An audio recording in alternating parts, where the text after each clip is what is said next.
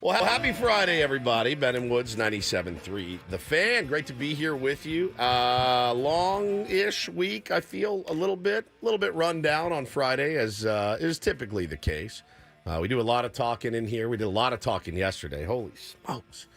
Had a pretty interesting roundtable. If you missed it, you should go back and listen. Me and Tony Gwynn Jr. yelling at each other. It was great.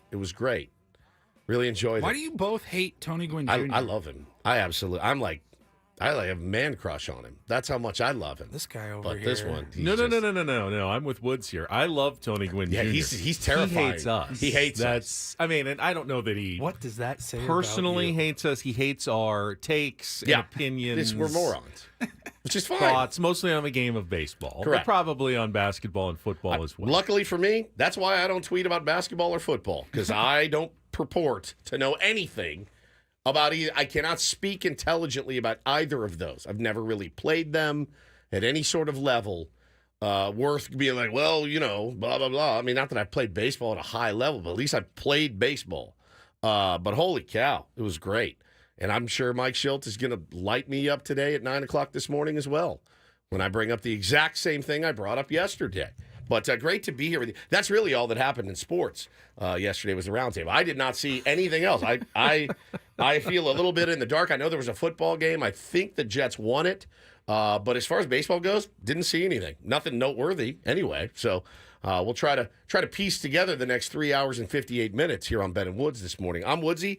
That's Paul Reindl. He's the executive producer. Good morning, Paulie. Joel Embiid agreed to a 3-year Oh, did he? contract. We'll probably That's huge. discuss that at length this morning.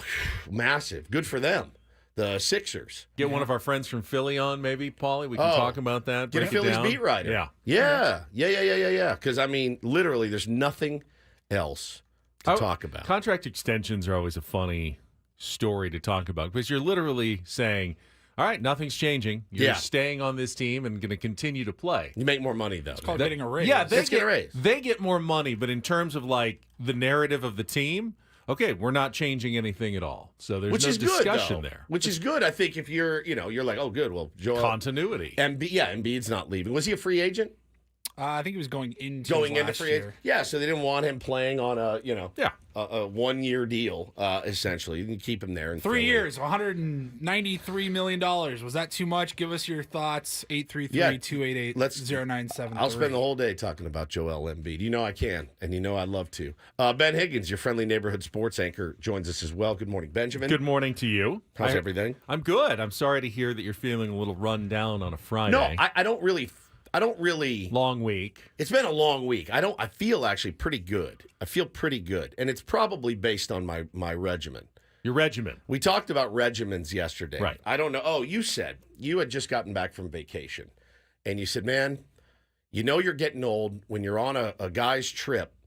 And, instead of talking about the things, let's be honest, that we used to talk about in our 20s and 30s, you start talking about your blood pressure and your blood pressure medication, maybe the colonoscopy you got, maybe the time you pooped in a box and it was too much and they sent it back to you, maybe the time you sent your own poop to yourself. These are all things that have happened. And you get out there and you're like, how you feeling? My back's a little sore. Oh, you struck QC Kinetics. All this stuff. Getting older is... There are people that are that do it gracefully, and then there are people that don't. And then there are kind of people in the middle. I'm kind of in the middle. I'm trying to do it gracefully, but I'm also like, I need to. The thing that I have that you don't have, Ben, you didn't go out of your way to damage every part of your body in your 20s and 30s, like I did.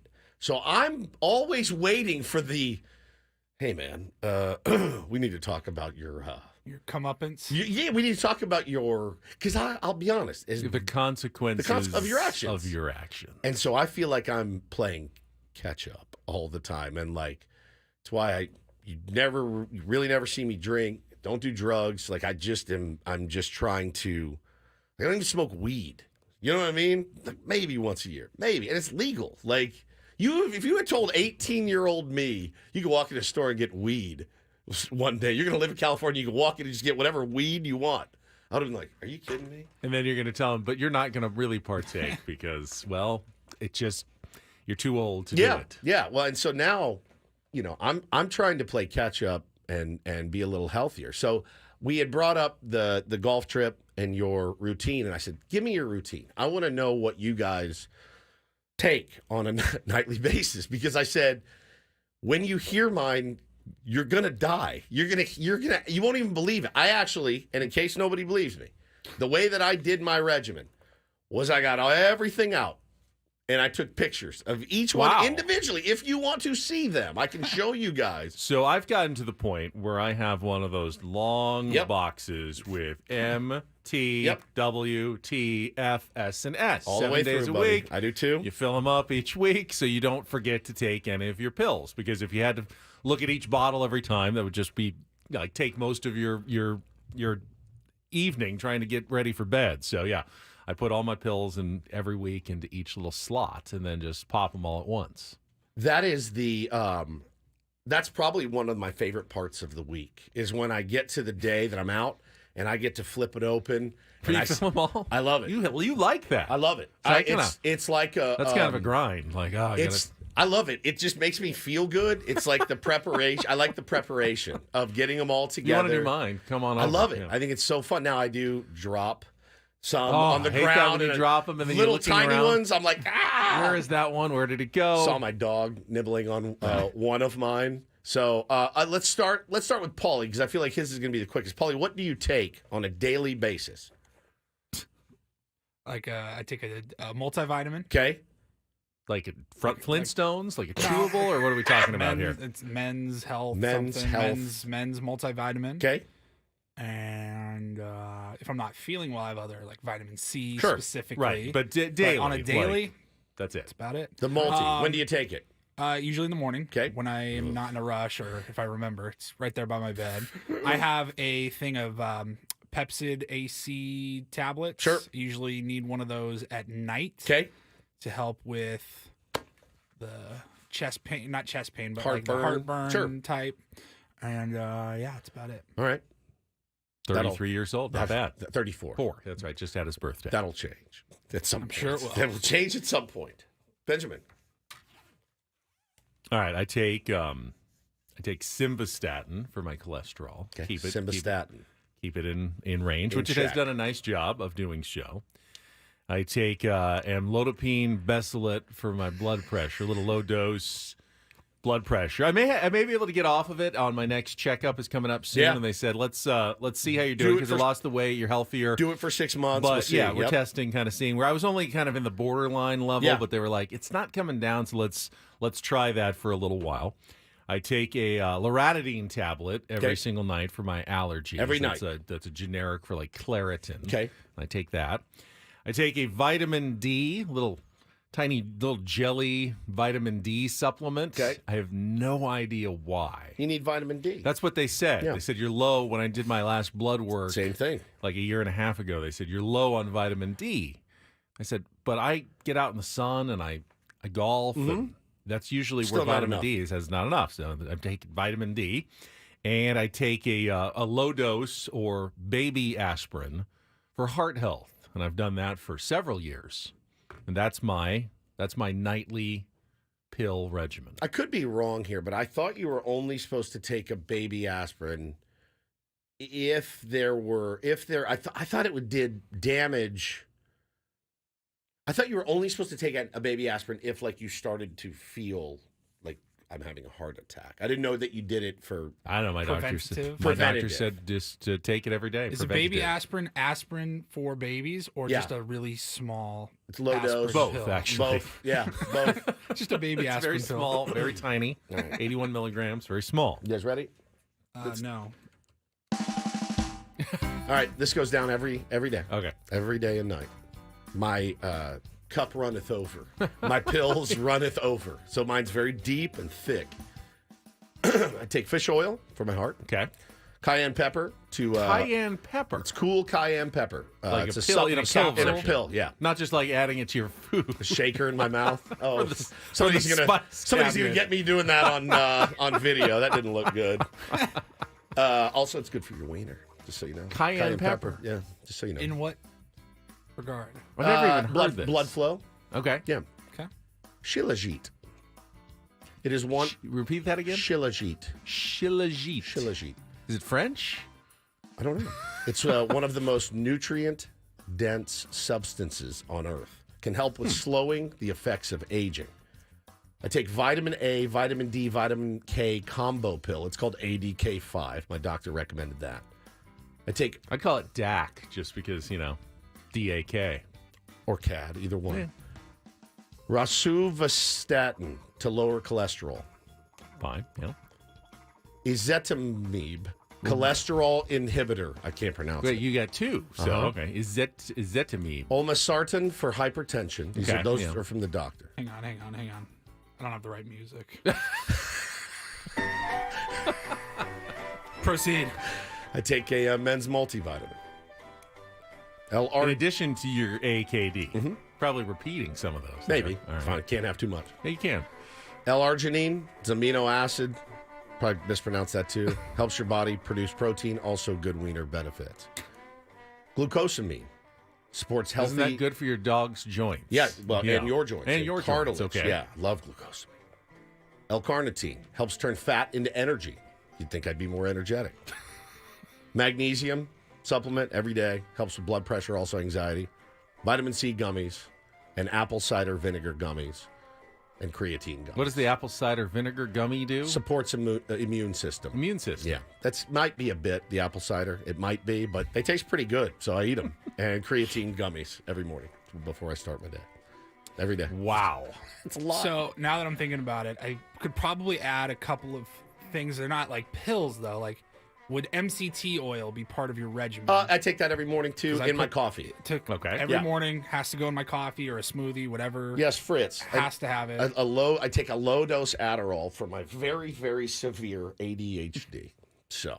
I feel like you're spending like $400 a day. It's not On your cheap. pills. Well, the worst thing is when you're doing it and you're laying it all out and you're like, oh God, I've only got 3 of these left, 9 of these left, and then you have to place that order. You're like, oh God. I also have a couple of hits of from Penn Higgins every couple times a night. Yeah, well, that's Helps me part sleep. of your regimen. Squirrely24 in the chat wants to know, what do you take for your lumbago, Gramps? What is I lumbago? don't even know, but it sounds funny.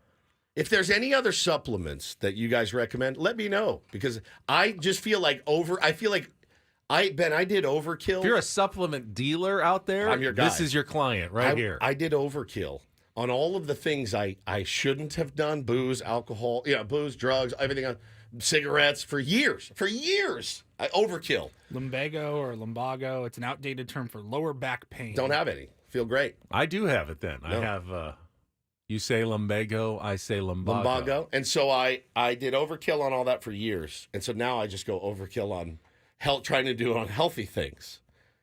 My pee is very yellow. It's very, very yellow. I think you just need to drink more water then.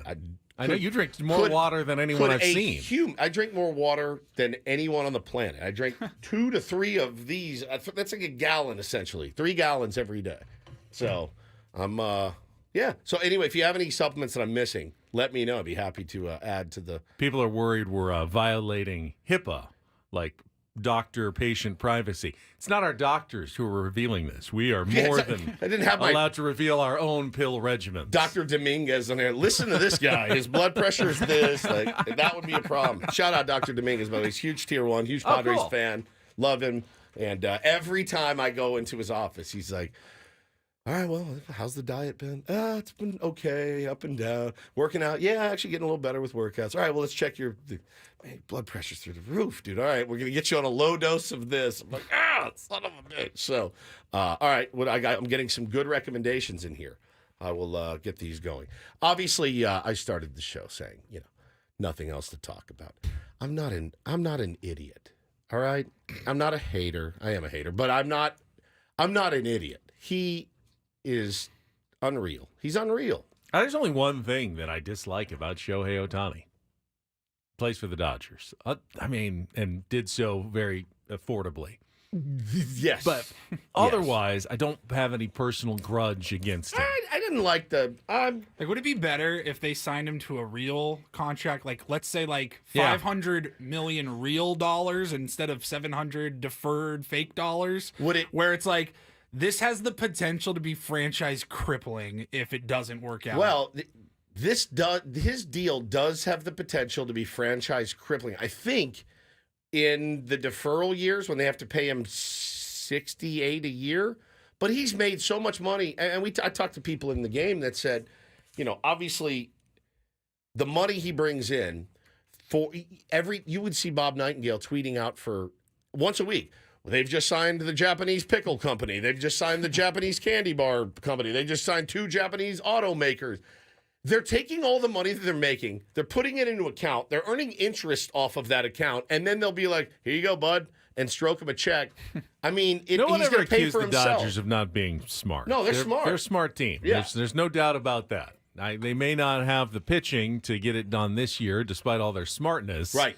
But, yeah, they do some things correctly. Well, and you have to have a player that's willing to do that as well. Now, again,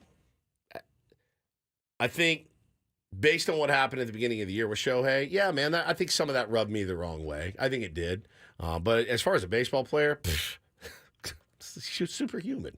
He's a superhuman baseball player. I've never seen anything like it. he's going to get back to pitching next year, yeah, too. Yeah, he's going to get back to pitching. 130 plus years of baseball. Yeah. I mean, it's never been done. We've never seen anything even close to this. He had a day yesterday. Certainly we're going to talk about it. So relax, Dodger fans. Also, go listen to your own radio shows. I actually think that having that day is probably not a good thing for the Dodgers, and I will explain to you why that's the case. We'll get to that coming up. We'll set our menu for a Friday program. It is a Friar Friday, of course, and you know what that means, but we'll tell you all about it coming up in our next segment. Do not go away. Kelly's got traffic. It's been really bad this week, the traffic in San Diego. I heard Mark Latulip, our officer on Channel 10, talking about it last night. Hopefully it's a little better today. Find out early from Kelly, and then back with the Friday edition of Ben and Woods on San Diego's #1 sports station, 97.3 The Fan.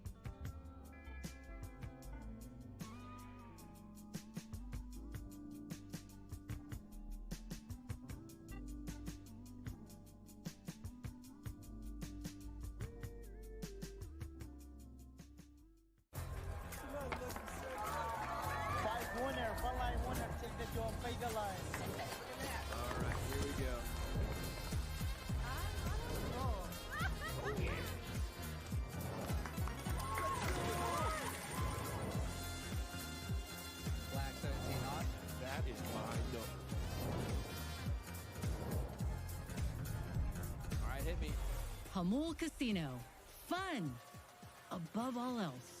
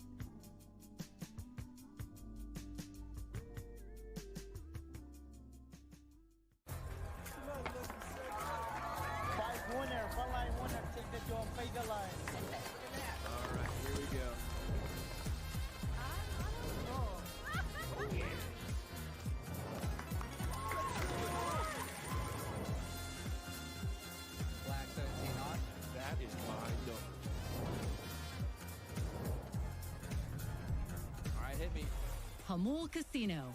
Fun above all else.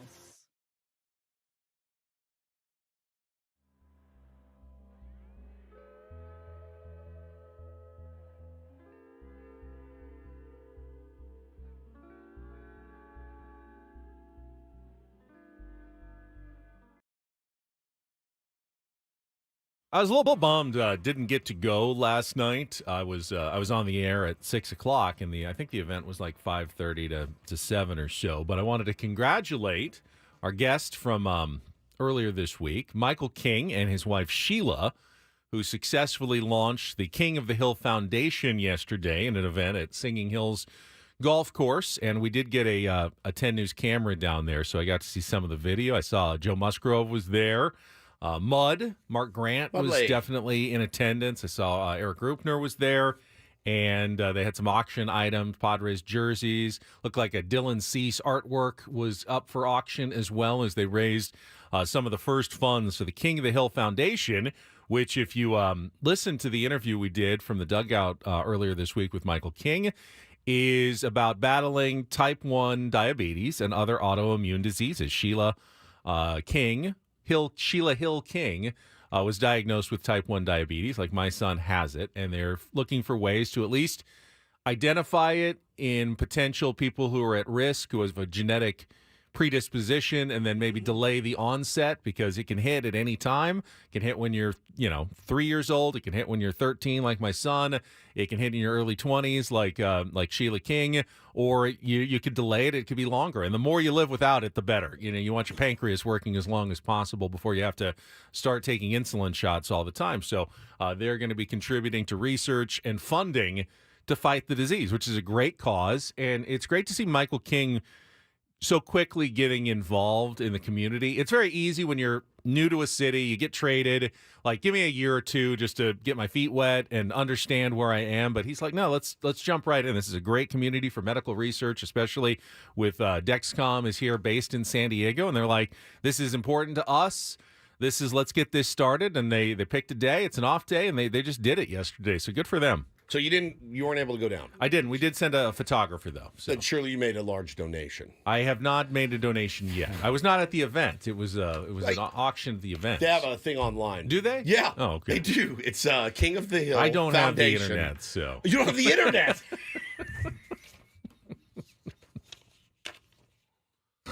It's the King of the Hill Foundation.org.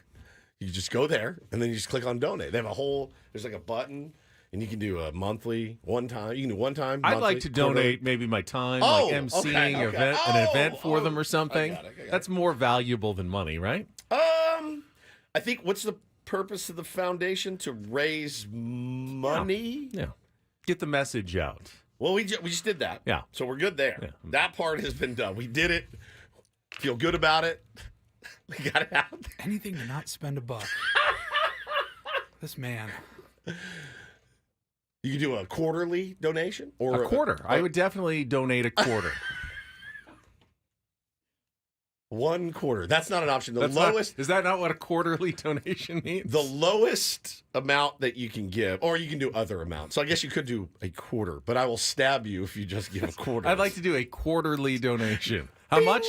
A quarter. I just told you. A quarterly 1 quarter. donation. How about I make a donation in our Ben and Woods name?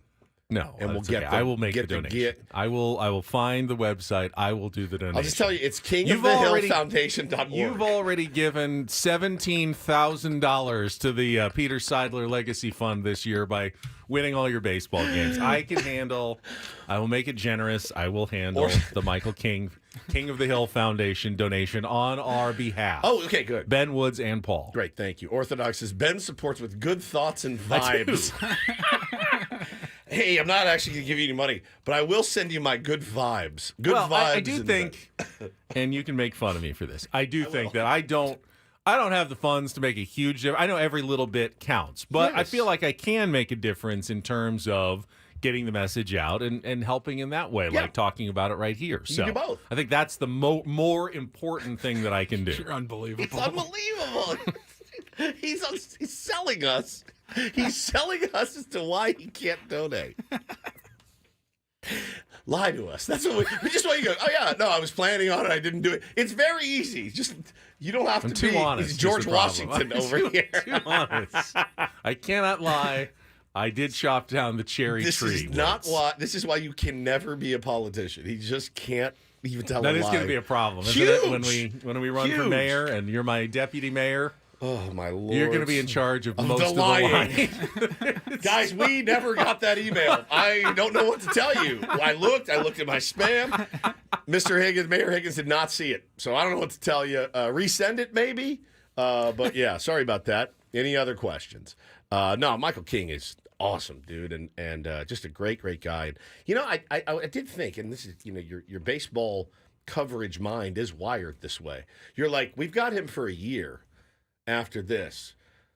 But, hey, man, set up your foundation here.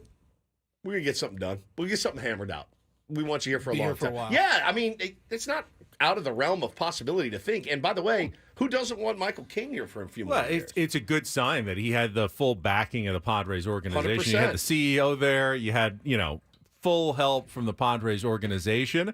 Now, that's probably some goodwill that the Padres want to do for a player that they are hoping to re-sign Yeah, as it's well. all, But it's all circular, my It is. friend. Yeah, 100%. all right, here's what we've got on the menu for today's show. No Padres wrap-up, as it was an off day yesterday, but we will look ahead to the series against the Chicago White Sox, and, of course, we will discuss what happened yesterday. Padres getting zero help whatsoever. Zero. Not which one you bit. can't count on any Nope. help at this point. You beg for it, but you can't count on it. The one you were hoping for is could the Marlins beat the Dodgers? And they certainly couldn't. They didn't come close. In fact, they allowed an historic day from one Shohei Ohtani, and we will talk about that historic baseball day that happened in Miami. And friend of the program, Skip Schumacher's kind of news making, some lip reading that went on during the game, and then some comments that Skip made after the game about not intentionally walking Shohei Ohtani, despite the fact that you kind of knew what was coming the way he was swinging the bat. So we will talk about that coming up in our next segment. Take on Woods at 7:10. Maybe we'll get in a little bit of the Thursday night football game last night. Don't do this. 7:20. 7:35. I would like to play, if we can, a couple of the clips. Steven Strasburg was in studio yesterday.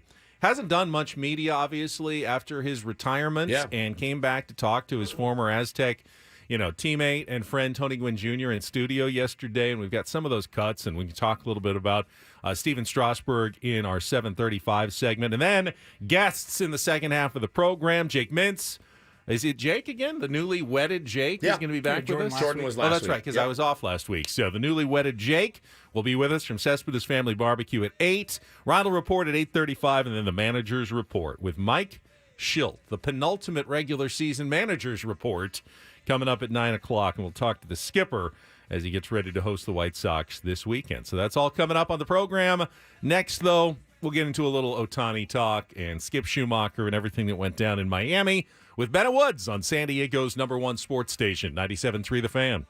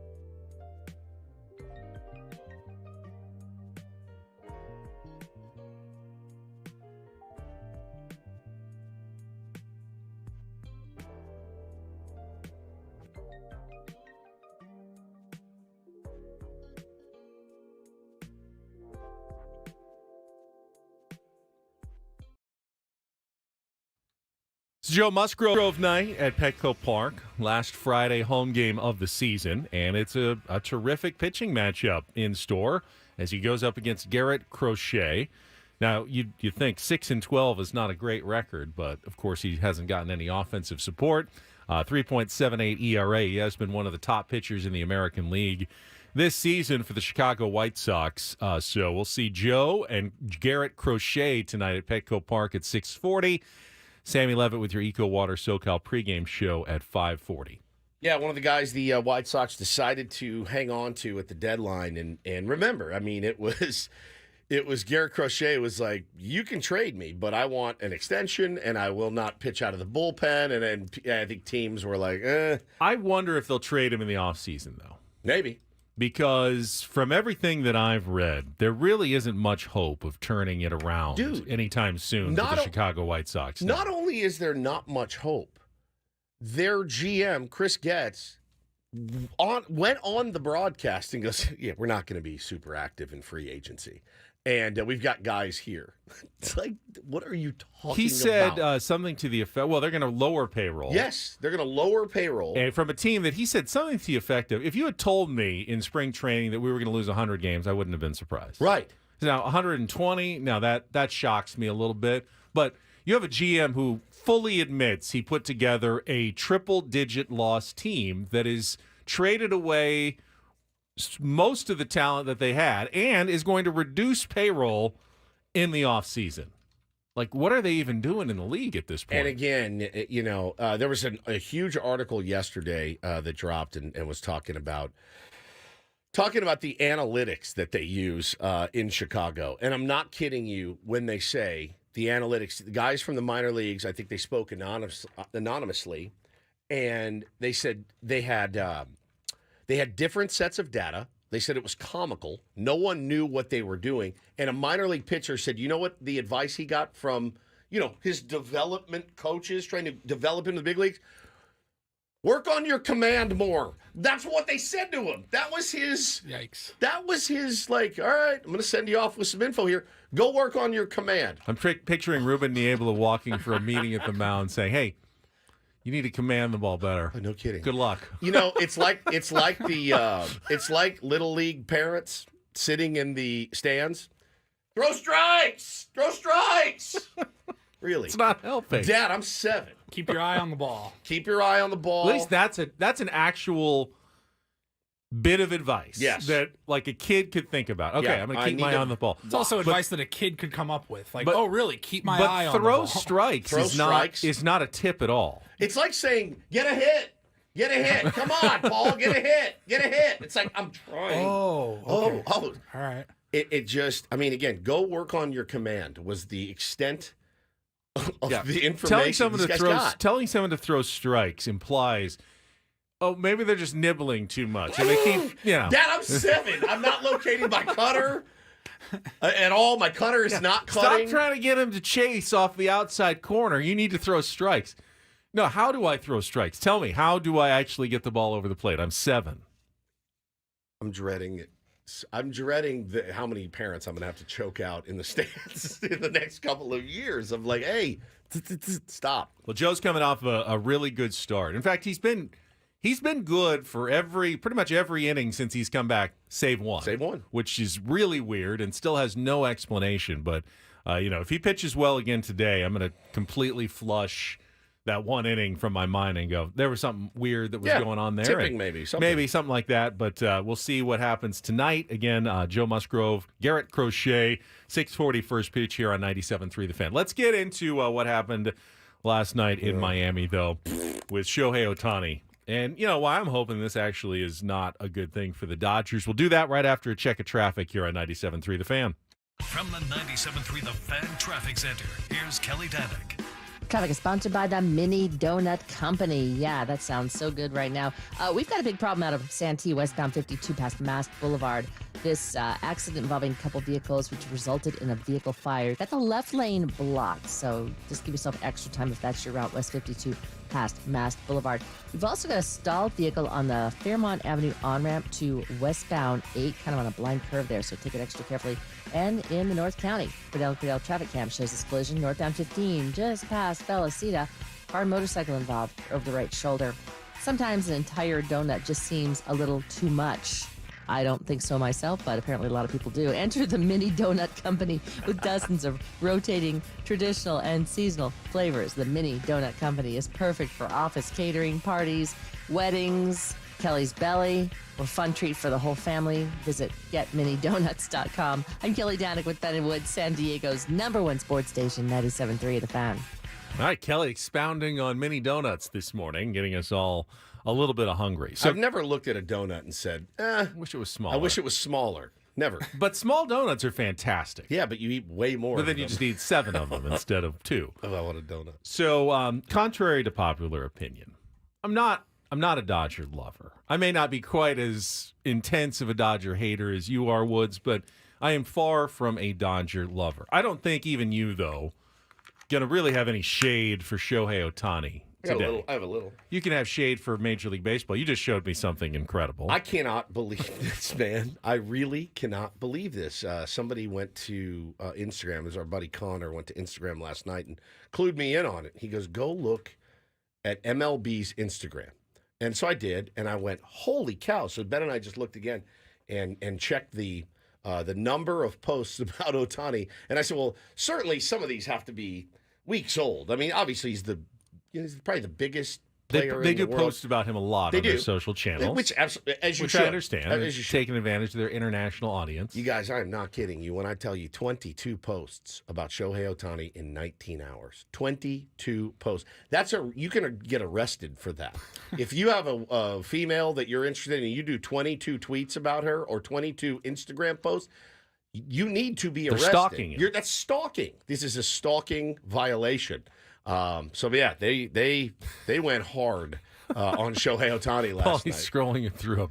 It's insane. I mean, it is absolutely insane. LeBron James cannot believe Shohei Ohtani. Yeah, it's dude. just ridiculous. So it was obviously a really Holy crap! It keeps going. It keeps going, and then they throw it. A Guardians went in there because they clinched. Guardians. Yeah. Like, hey, congratulations. Guardians, all they did was clinch on a walk-off bottom of the 10th inning win. It's like, boring. You're not Shohei Ohtani. Yeah. There's Jazz Chisholm mixed in there. There's one Luis Angel Acuna. Yep. Luis Angel Acuna, but yeah, dude. Everything I mean, else. it's pretty nuts. It's pretty nuts. Even if you're a Dodger fan, you have to admit, all right, that's a little bit overkill. So You won't, but you should. So he went into the game, 49 stolen bases and 48 home runs. Yeah. So, I mean, outside chance of getting there.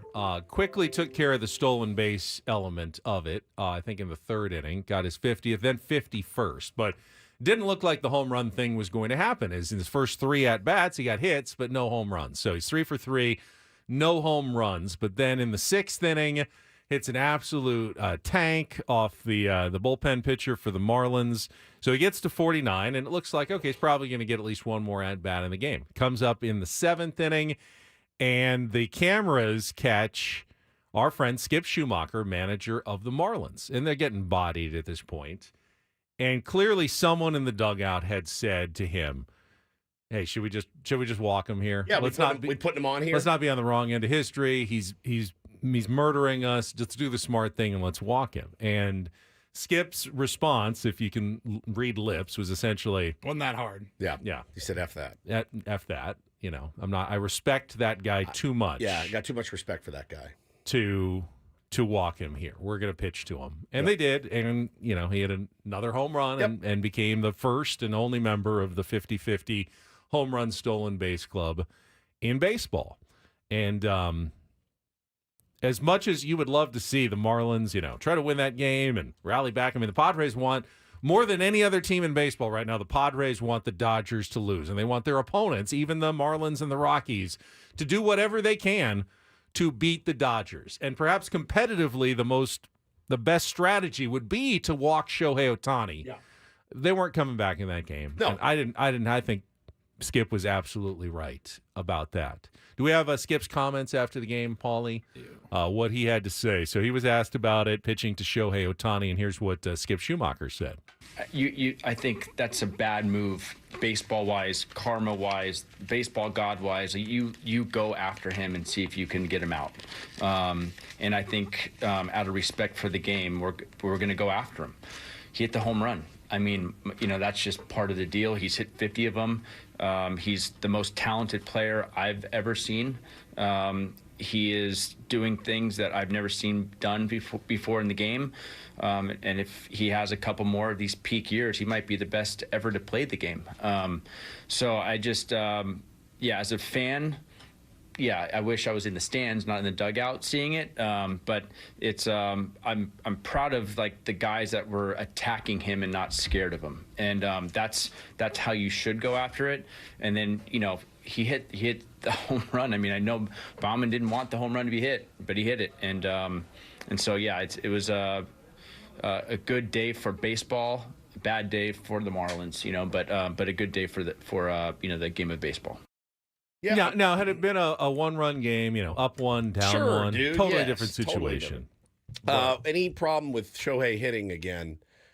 5 for 5, 2 home runs, position player in. That's the only thing that I thought, all right, stat patter. Like, come on. I mean, I wouldn't have wanted that to be the 50th against Right. a position player, but once he's already gotten it. But I guess if you're 5 for 5, you're like, Skip, you got to let me Let me hit. see if I You can go gotta for let 6 me for hit, 6. even though it's a position player. So, and it's hard. It's actually kind of hard to hit those home runs off the position players. 100%. It's impressive. That home run was actually impressive in my mind. But, listen. If I'm the position player, I might throw a 40-mile-an-hour pitch right at him. Yeah. Just like, yeah.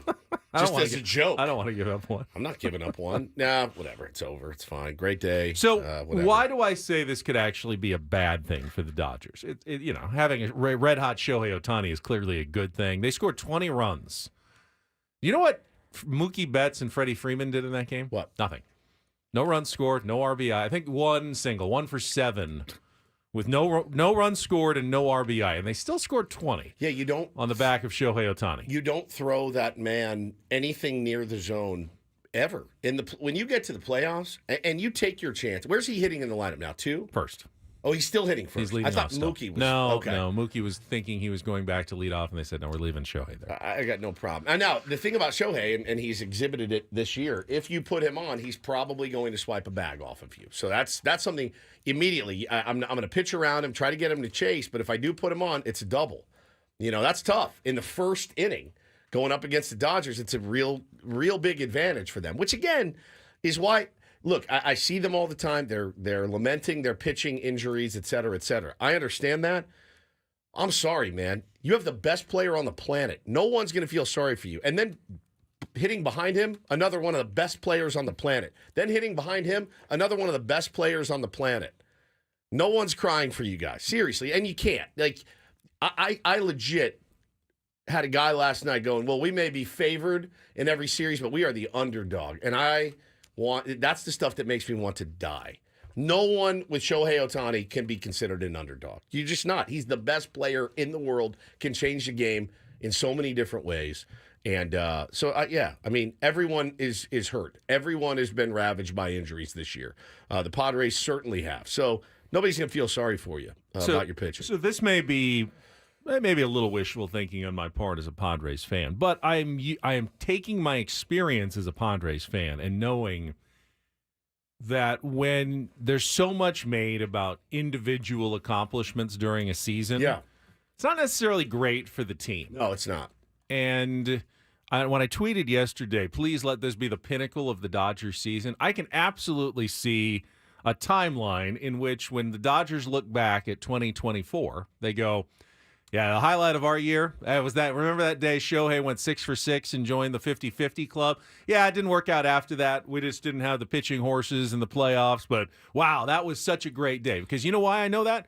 Because we've done that here in San Diego. Oh, I said it this How about week. Blake Snell winning the Cy Young? Blake Snell winning the Cy Young in a turd season. You know, Joe Musgrove throwing a no-hitter in 2021. It didn't turn out that well. But what a great moment that was. What a great individual accomplishment. Yeah. And while the Padres have had Dylan Cease threw a no-hitter, Manny Machado became the all-time home run leader, it has felt very backseat to what the team has done this year for the San Diego Padres. Don't you agree? 100%. With the Dodgers, though, it's been all about Shohei Ohtani. Oh, yeah. Even No Mookie question. Betts and Freddie Freeman have very much taken a backseat to his individual accomplishments. And while it doesn't really mean anything, they can kick it into high gear and still do and advance in the playoffs. Sure. It's not the place that I necessarily want to be going to the postseason. I like where the Padres are going into this postseason. Finally, for once, as a team that is playing together, that is pulling for each other, that everyone's doing something, and it's not about one player's individual achievements or accomplishments this year. Yeah, and again, though. And that's not on Shohei. It's not. That's on the hype machine a little bit, Sure. but that hype machine is real, and it's a distraction. Yeah, and also, it's just evidence. You don't give him anything in the zone. You just can't. You cannot. I'll take my chances, man. I really will. Because you can't let him beat you. Because he's clearly a freak of nature. All right, you can't avoid Woods and take on Woods. Our chance to qualify for a trip to Las Vegas. Don't let him beat you. Coming up next here on 97.3 The Fan.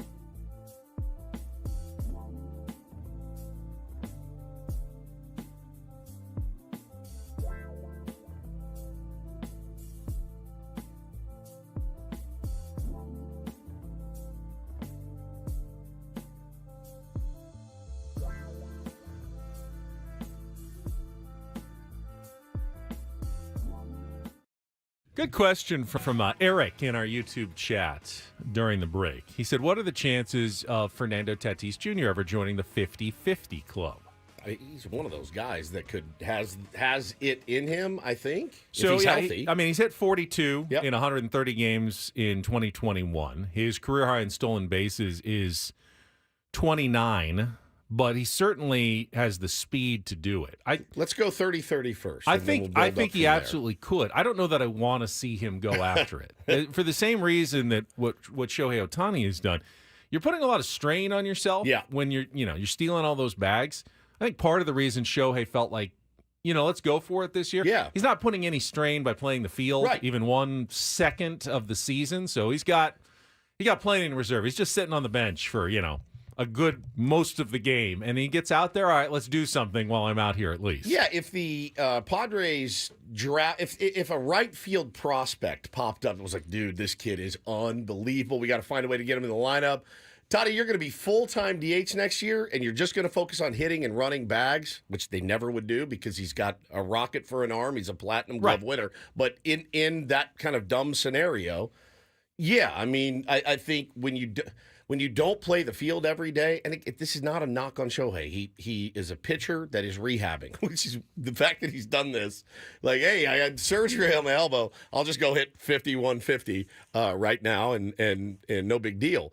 But I do think Fernando, if he was just a full-time DH, it'd be crazy. But I'd rather have him be around a 30-30 guy And playing play- platinum glove defense. Yeah, no question. In right field than try to be a 50-50 guy. And I don't want to see him try to steal 50 bases and be playing 155 games out in the field doing the kind of sprinting and, leaping and diving that he does as a fielder out there. It's just not a fair comparison. It's not, and I think that would be. I mean, we've talked about it a lot, but some of the guys that have played a lot of games this year, you get pretty worn out playing both ways. And for Shohei, not that it's not difficult what he's done, he's a freak. I've said it many times. So, but yeah, not having the strain of going out to play right field or even first base and anything like that, like it's helped him stay healthy. So before we get to Take on Woods, if you want to get online early, you can call 833-288-0973. We're a few minutes away.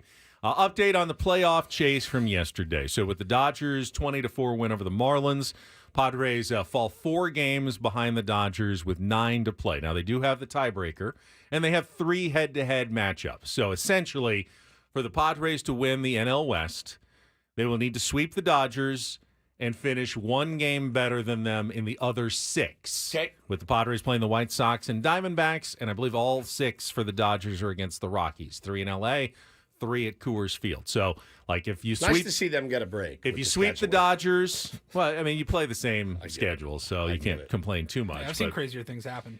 if you Yes. sweep the Dodgers, which is possible, you'd have to go like 5-1 against the Diamondbacks and White Sox and hope that the Dodgers go 4-2 against the Rockies, or go 6-0 and hope the Dodgers just go 5-1. Now that's possible. If the Padres won out 9-0, then the Dodgers would only have to lose once to the Rockies, and the Padres would win the division. Yeah.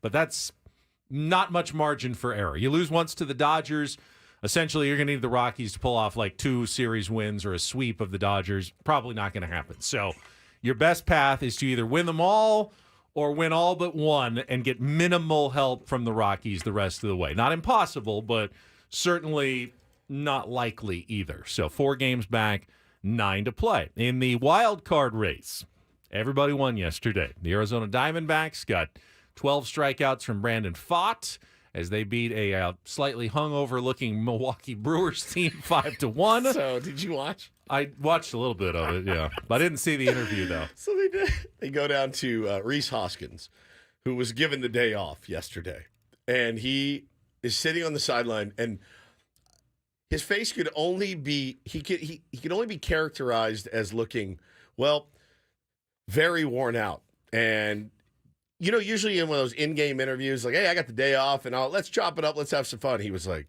yeah, yep, no, it's been good. Been happy. And then A.J. Pierzynski with just the best question ever. Does it ever get old popping bottles? No, it never gets old. All those bottles I popped. Always fun to pop bottles and win divisions. He looked like he'd rather be anywhere else. He had the bubble guts going, the whole thing, eating antacid, drinking electrolytes. I mean, he looked super hungover. His eyes looked all tired, and but no, I mean, it was we got no help whatsoever at all. So yesterday. the Arizona win pulls them within 2 of the Padres for the number 1 wild card slot. The tiebreaker remains up in the air. Whoever wins that last series will win the tiebreaker. So whatever the Padres hopefully lead is going into that series will be very important. If they're, let's say, up 2 games, then Arizona would have to sweep because you can't tie a series by just winning a series. Now, if they're only up 1 game going into that last series, then 2 out of 3 would be all Arizona would need to both tie the Padres and take the tiebreakers. So trying to stay 2 ahead of Arizona versus 1 ahead, very important over these next 6 games. Because if you lose 1 game, then Arizona goes into that last series going,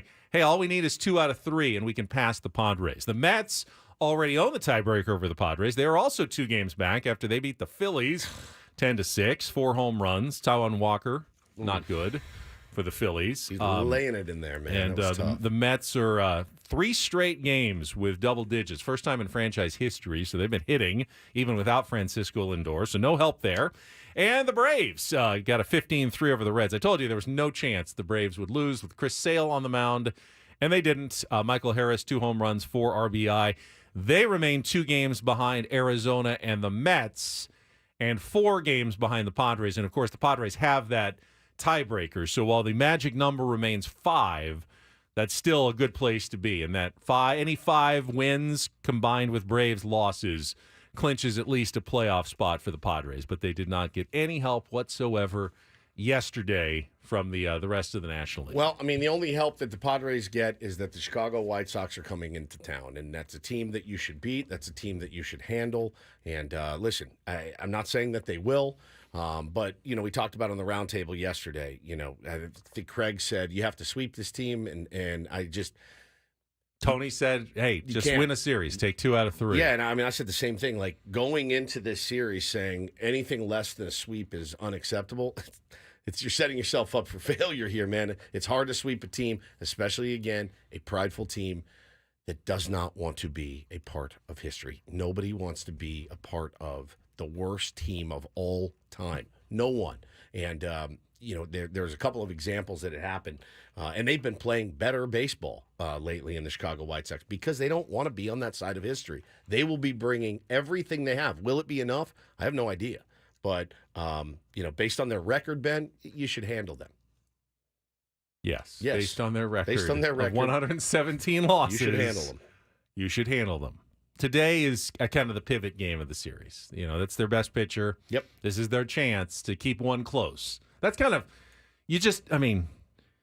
one of the 3 is going to be close. Yeah. Because, like in every series Sure. in baseball, even every sweep, it's rare that you win 9-1, 11-3, and, 14-2.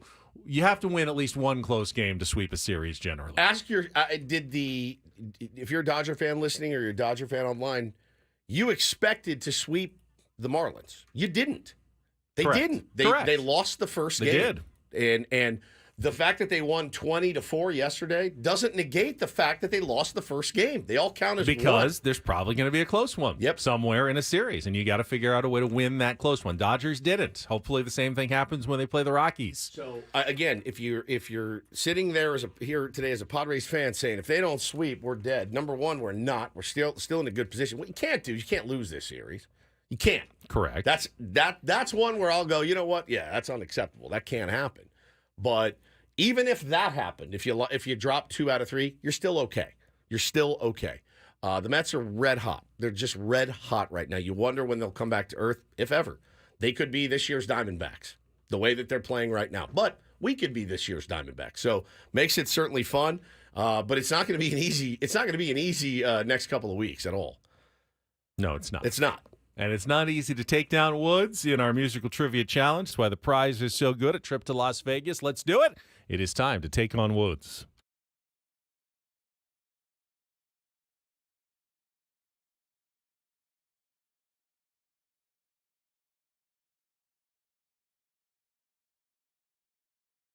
Take on Woods is brought to you by Valvoline Instant Oil Change. Only takes 15 minutes. You don't have to get out of your car. For directions and discounts, go to SoCalOilChange.com. That's SoCalOilChange.com. Paulie, I will let you choose. Let's go with, how about Guy? Guy. All right, we know Guy. He's always a very competitive contestant. Good morning, Guy. How are you? Morning, Ben. I'm doing great. What's your morning look like? Well, just trying to fake it through the day at work before I get on a plane to Vegas tonight for the weekend. Ah, nice. All right. Well, I mean, let's see if we can set you up with another trip here. You know how to do it. You got to at least beat or tie Woods in our 5-question musical trivia challenge. If you do, put you into the drawing later this month for the grand prize. 2 nights at Wynn or Encore Las Vegas, swanky, and 2 tickets to Awakening, the thrilling spectacle at Wynn Las Vegas. It is on sale now, tickets at awakening.com. All right, you know how it works, so here are your category choices. An iffy category, 5 song titles that begin with the word if. Below the waist, 5 songs that include a lower half body part in the title. And Happy Days. Those are 5 song titles that include the word days. So, iffy category, below the waist, or Happy Days, Guy? I'll try the iffy. Iffy, all right. It's been sitting there for a while. Let's see how you do. Today we are looking again for 5 song titles that begin with the word if. 60 seconds to answer. You can pass. If you don't know it, you know that. We'll try yours, 5, then Woods, and we'll compare and see how you do. First question is the 2-second song. Paul, you're going to play that music. You need to identify the song title and the artist to score the point. Guy, are you ready? I am ready. Paulie, you good to go? All right, Paulie's Ready. good. All right. Let's put 60 seconds on the clock. Again, an iffy category. Song titles beginning with the word if. Your time begins when Paul plays the music. Good luck, Guy. Let's take on Woods. If You Leave Me Now by Chicago. Correct. Which 1992 song by Bare Naked Ladies features 6 number zeros in its title?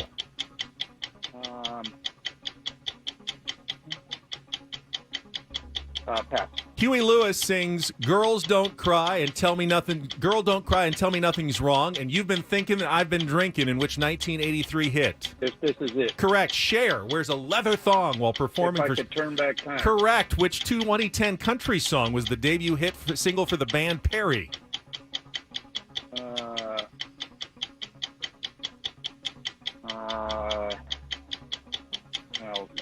If This Is Love. I have no Incorrect. Let's go back to which 1992 song by Bare Naked Ladies features 6 number zeros in the title? God, I have no idea. And there's a 1 in front of those 6 zeros, making it If I Had $1 Million.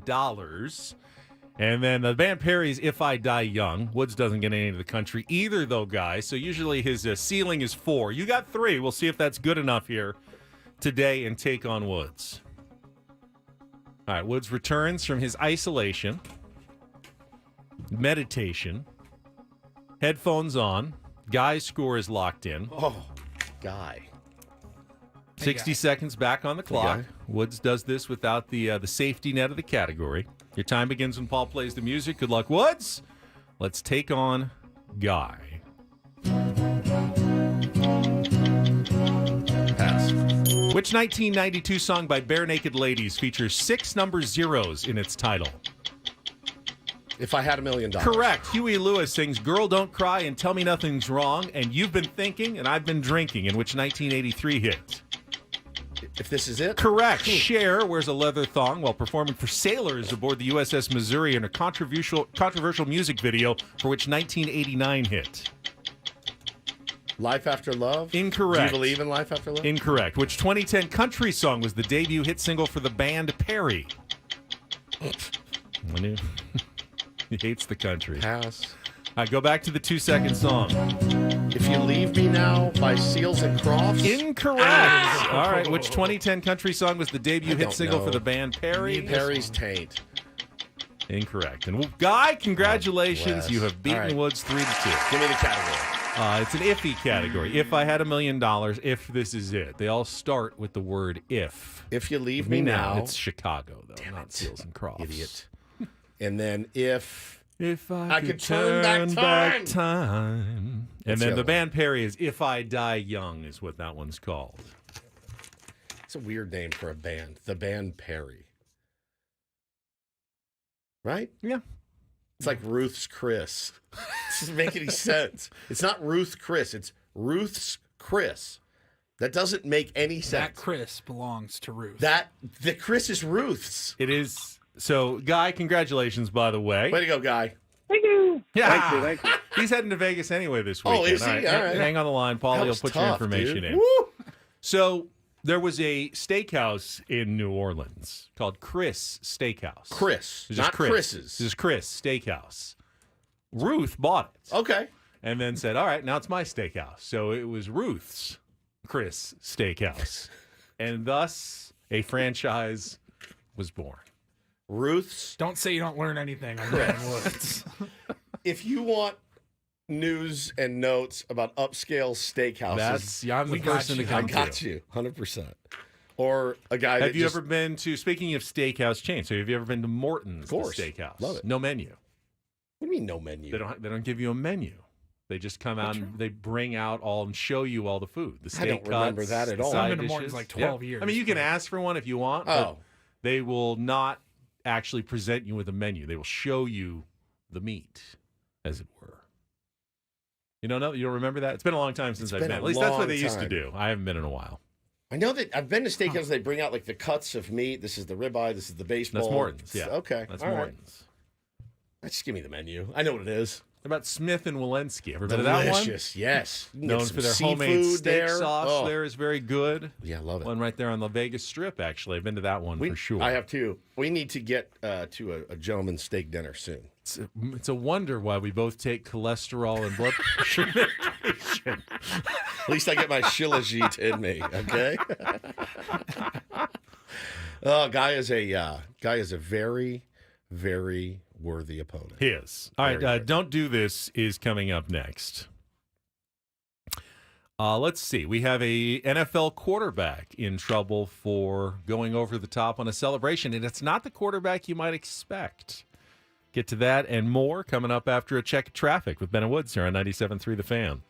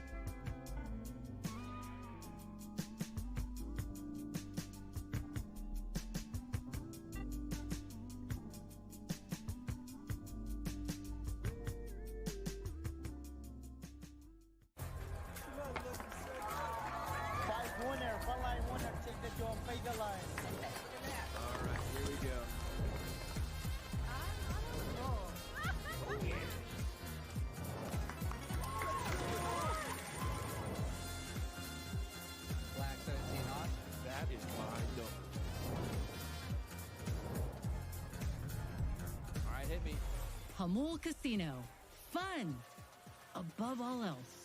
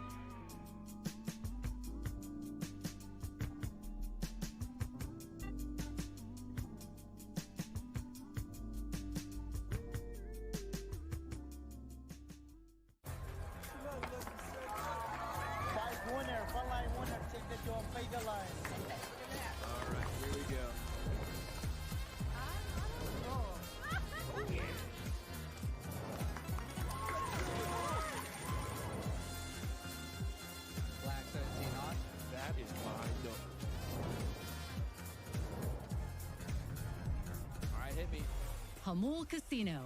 Fun above all else.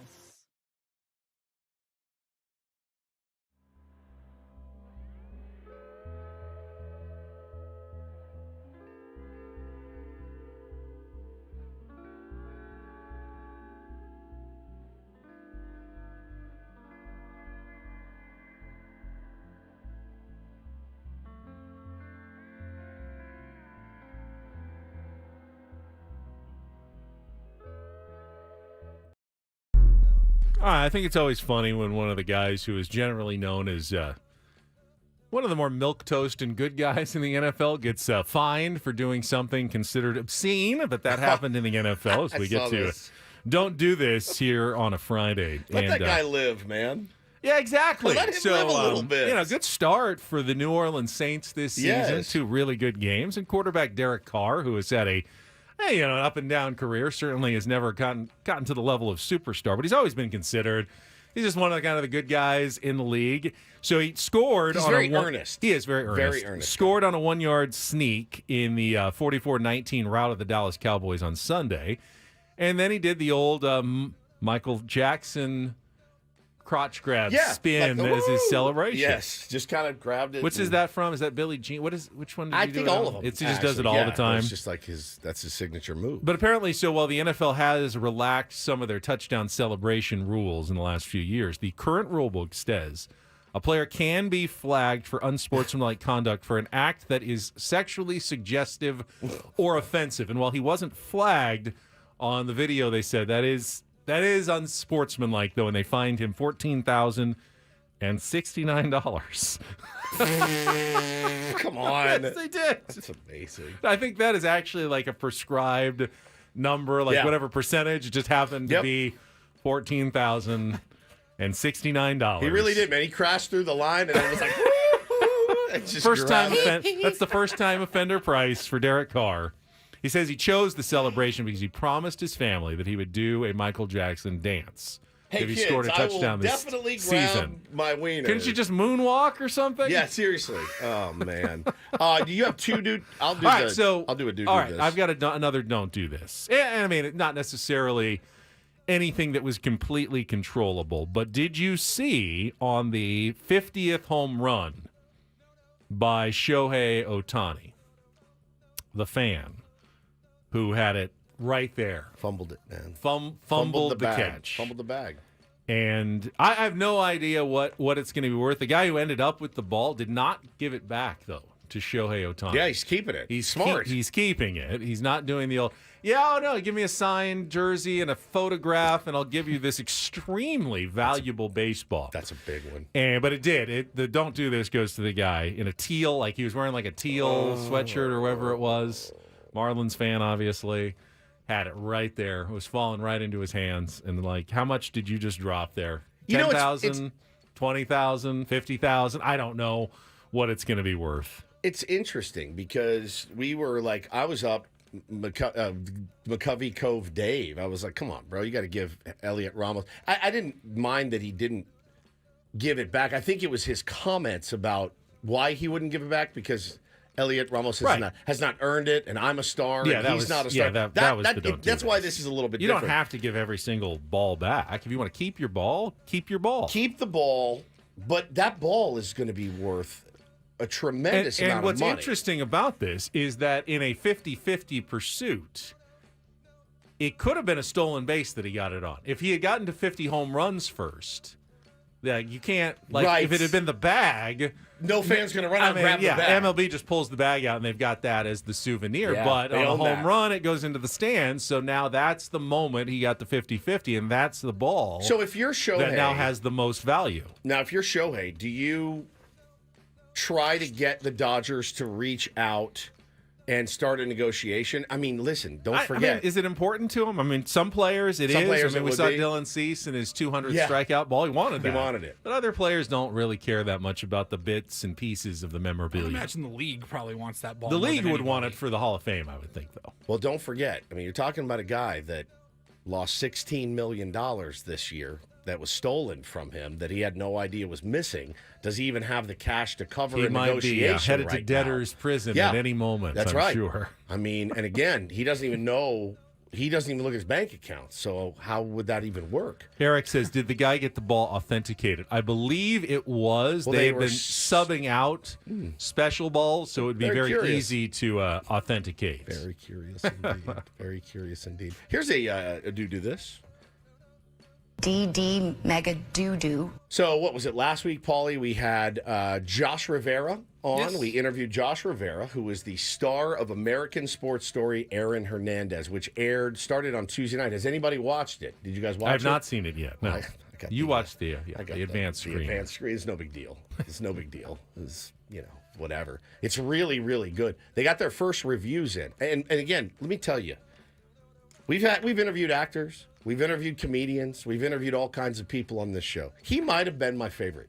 He was so good on the air and such a great interview and seemingly a really good dude. They got some really, Rotten Tomatoes.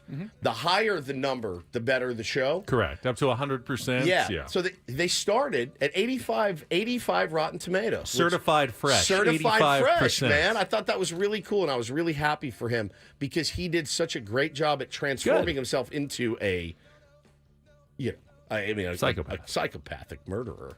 So really well done. If you haven't watched it, I meant to tweet it the other night. I forgot, as usual. So go watch it. It's on Hulu, FX, and it's so well done. And he just knocks it out of the park. So very happy for him, man. Really good dude. And that is Don't and Do This for a Friday. That was Don't Do This with Ben and Woods on 97.3 The Fan. In case you missed it, had a very special guest in studio yesterday. I believe sitting in the chair that Woods is sitting in right now. Steven Strasburg. Some very of his first post-retirement I comments. feel like my velo just went through the roof just by I would sitting think, in just the chair. sitting right From there. 61 to 64. Sitting with his good friend and fellow Aztec, Tony Gwynn Jr. yesterday. Got a couple of those comments for you. We can talk about that next with Bennett Woods on San Diego's #1 sports station, 97.3 The Fan.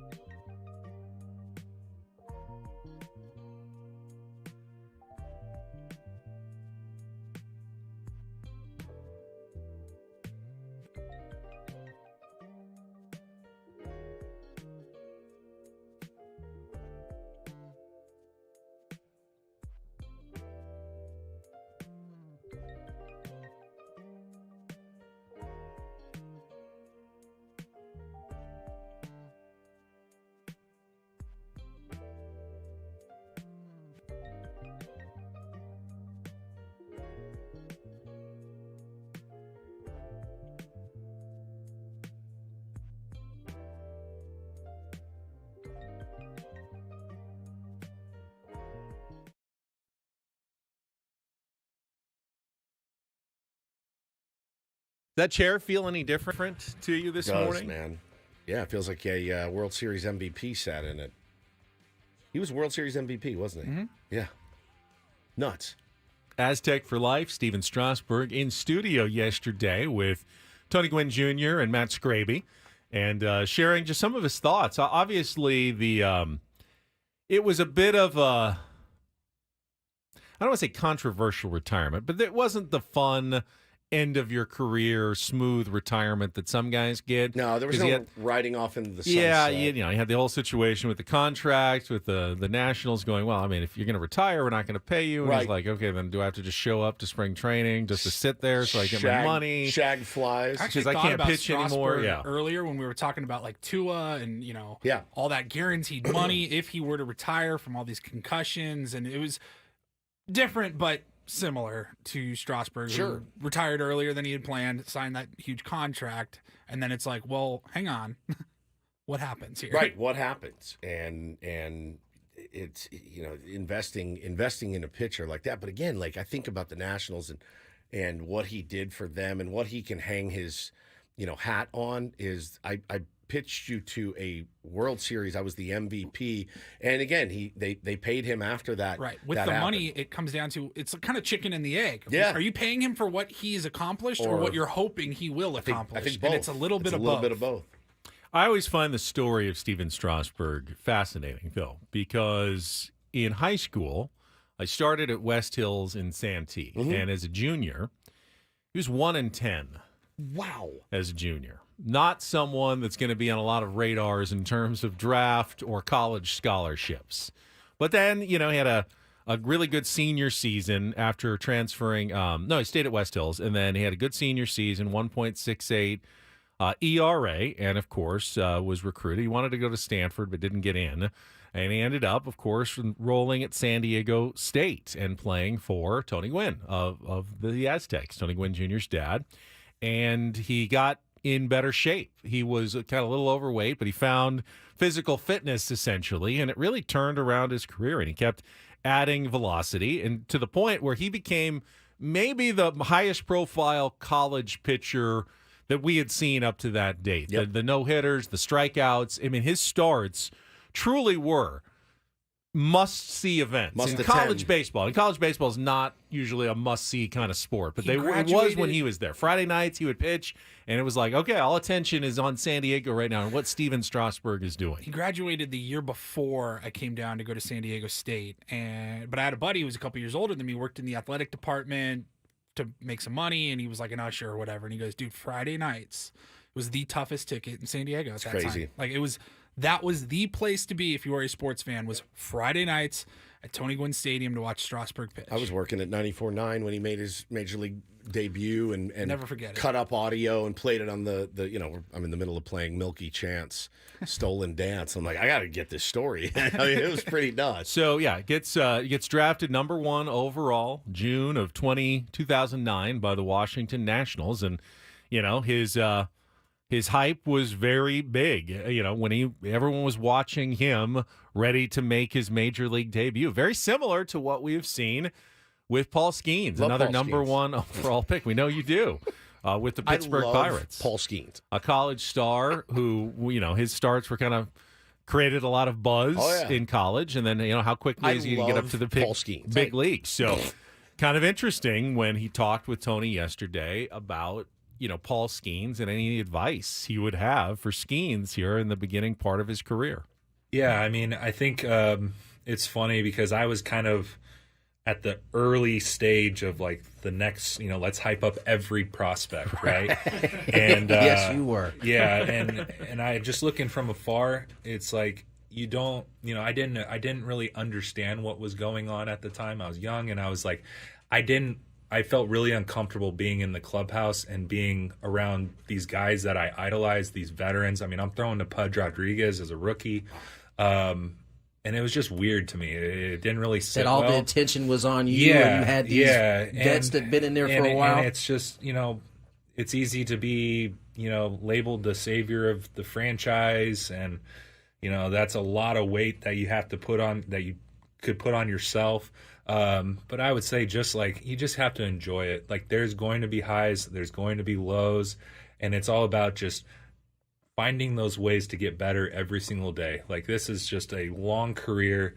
His next start, it's not just that start. Like, there's many more starts down the road, and just really look at it from the perspective, like, this is going to be a long career. And I just want to know at the end of the day that I, turned over every stone and I gave it everything I possibly could. And I covered Steven Strasburg back in college. I was, already doing the Channel 10 stuff.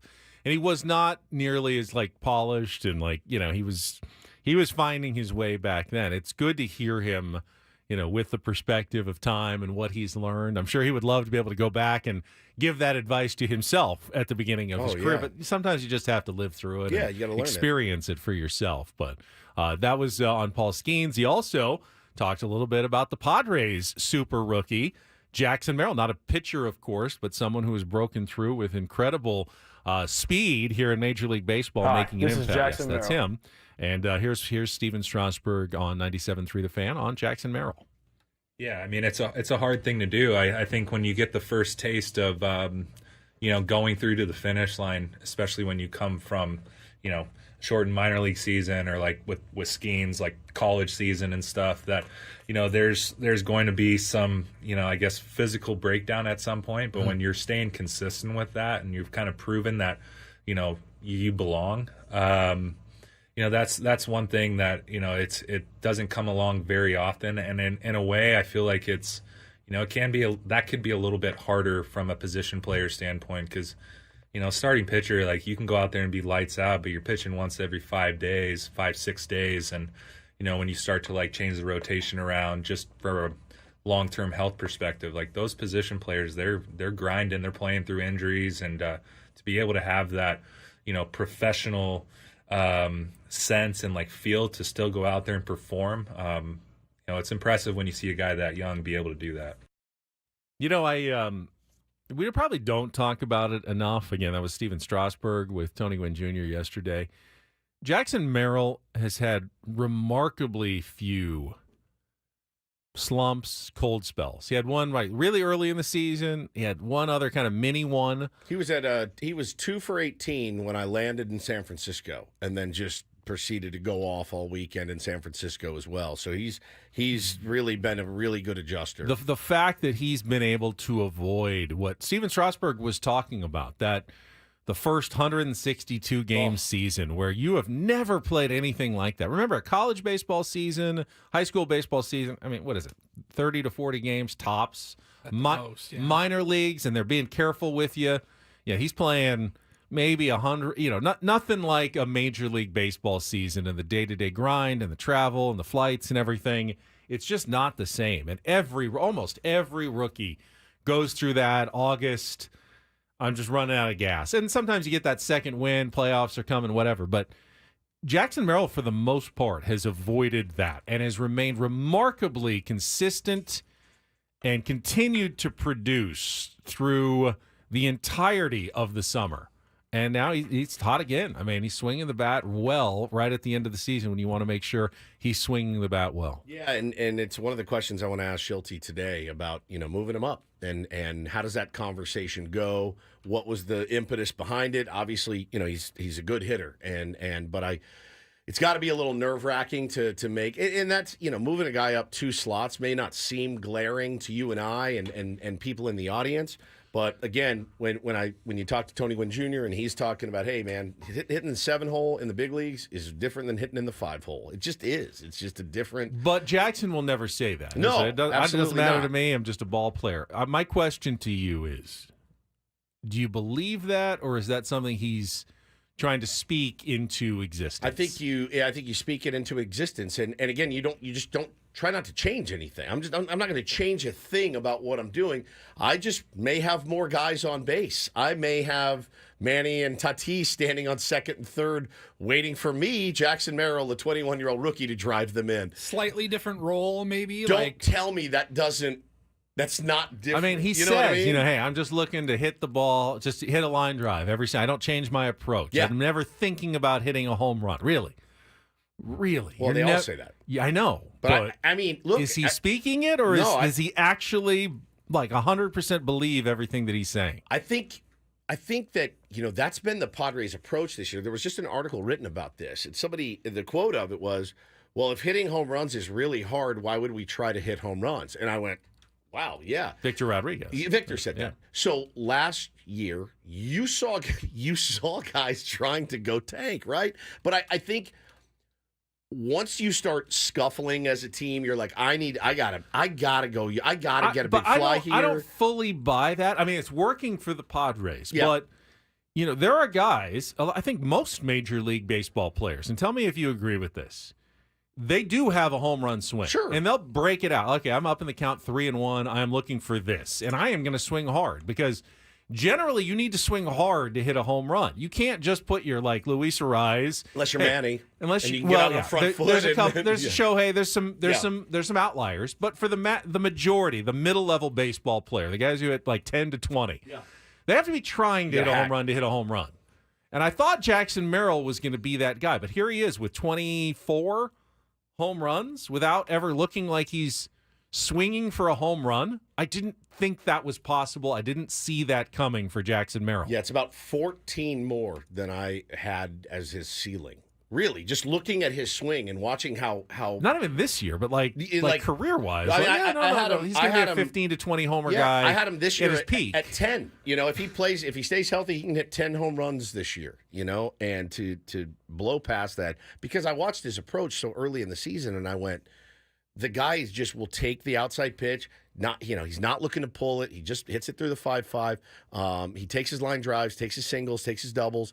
But man, when he gets something middle in, makes an adjustment, it's over. All right, we need to take a quick check of traffic. We have a few more minutes this hour, though, and I know since we got Jake Mintz coming up at the top of the hour, you want to kind of move up our little reset here, and you have something you actually wanted to bring up. Well, I was thinking about Strasburg and Little League.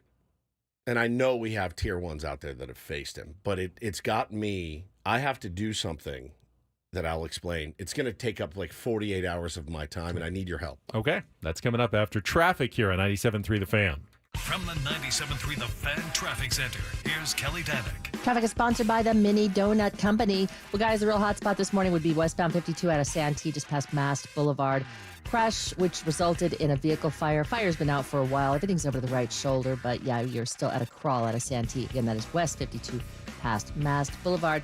Also, traveling on the northbound 15 just before the 8, we have reports of a possible brush fire over to the right shoulder. Fire crews blocking that slow lane.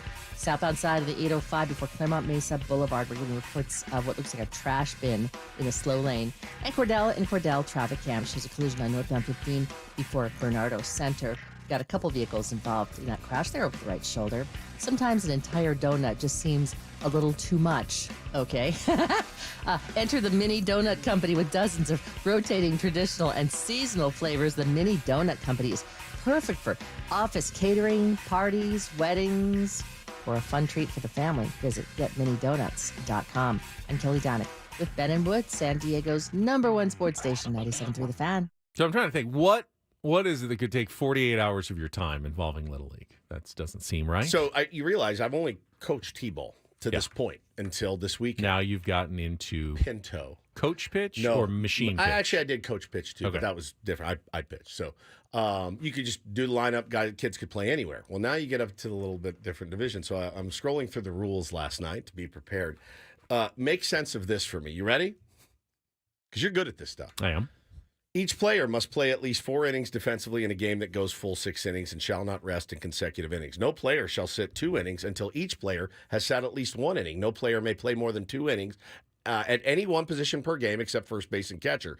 These players are allowed to a maximum of 3 innings at first base or catcher per game. Catcher must play 3 innings with full gear. Catchers not in full gear must be at the back of the batter for safety reasons. Each player must play at least 1 inning of outfield. Each player must play at least 2 of the first 5 innings in an infield position. Each player must play at least 1 of the first 5 innings in an outfield position. Each player may not play more than 4 innings of infield. The coach and the parents may only waive this rule after consultation and concurrence by league director prior to each game. You tell me how in the by penalty of death. How on God's green earth, guys? I got 9 players coming on. I got it. 9 players coming on Sunday. This is very easy. Don't worry about it, because if anybody calls you out on it, they are a psychopath that should be nowhere near a Little League field. I've been watching Johnny all day. He's only played 3 innings in the infield. I read this thing. Holy crap. I read this thing 40 times. And I wrote notes. I listed players. I started to do okay, if Bo plays first, he can only go. Ben, so here's what I would recommend. Well, here's my other question to you. What are we doing? You're trying to make sure that there's no kids get left behind and get stuck on the bench, and everyone gets an opportunity to play all the positions. I can do. This is to prevent parents who just want to make their kids stars from putting them at shortstop the whole game and what ignoring if my the other kid is players. The best shortstop Doesn't matter. But you got to move them around. This is not the level for it, and eventually you get to that level.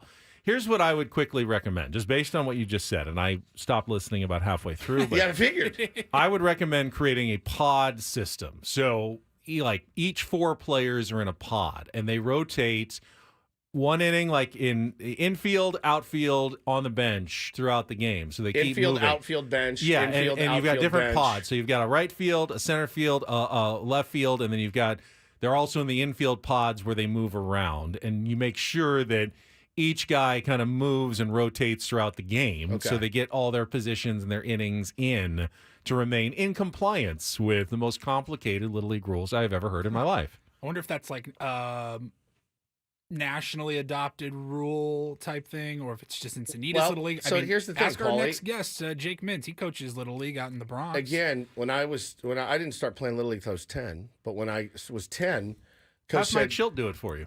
Yes, Yeah. I will. I'll run these That's by a him. great All right, idea. Schilty, do you have time today? If you could you? I need some help. Here are the rules. How do I do this, Mike? Paulie, when I turned 10, you know what the coach said?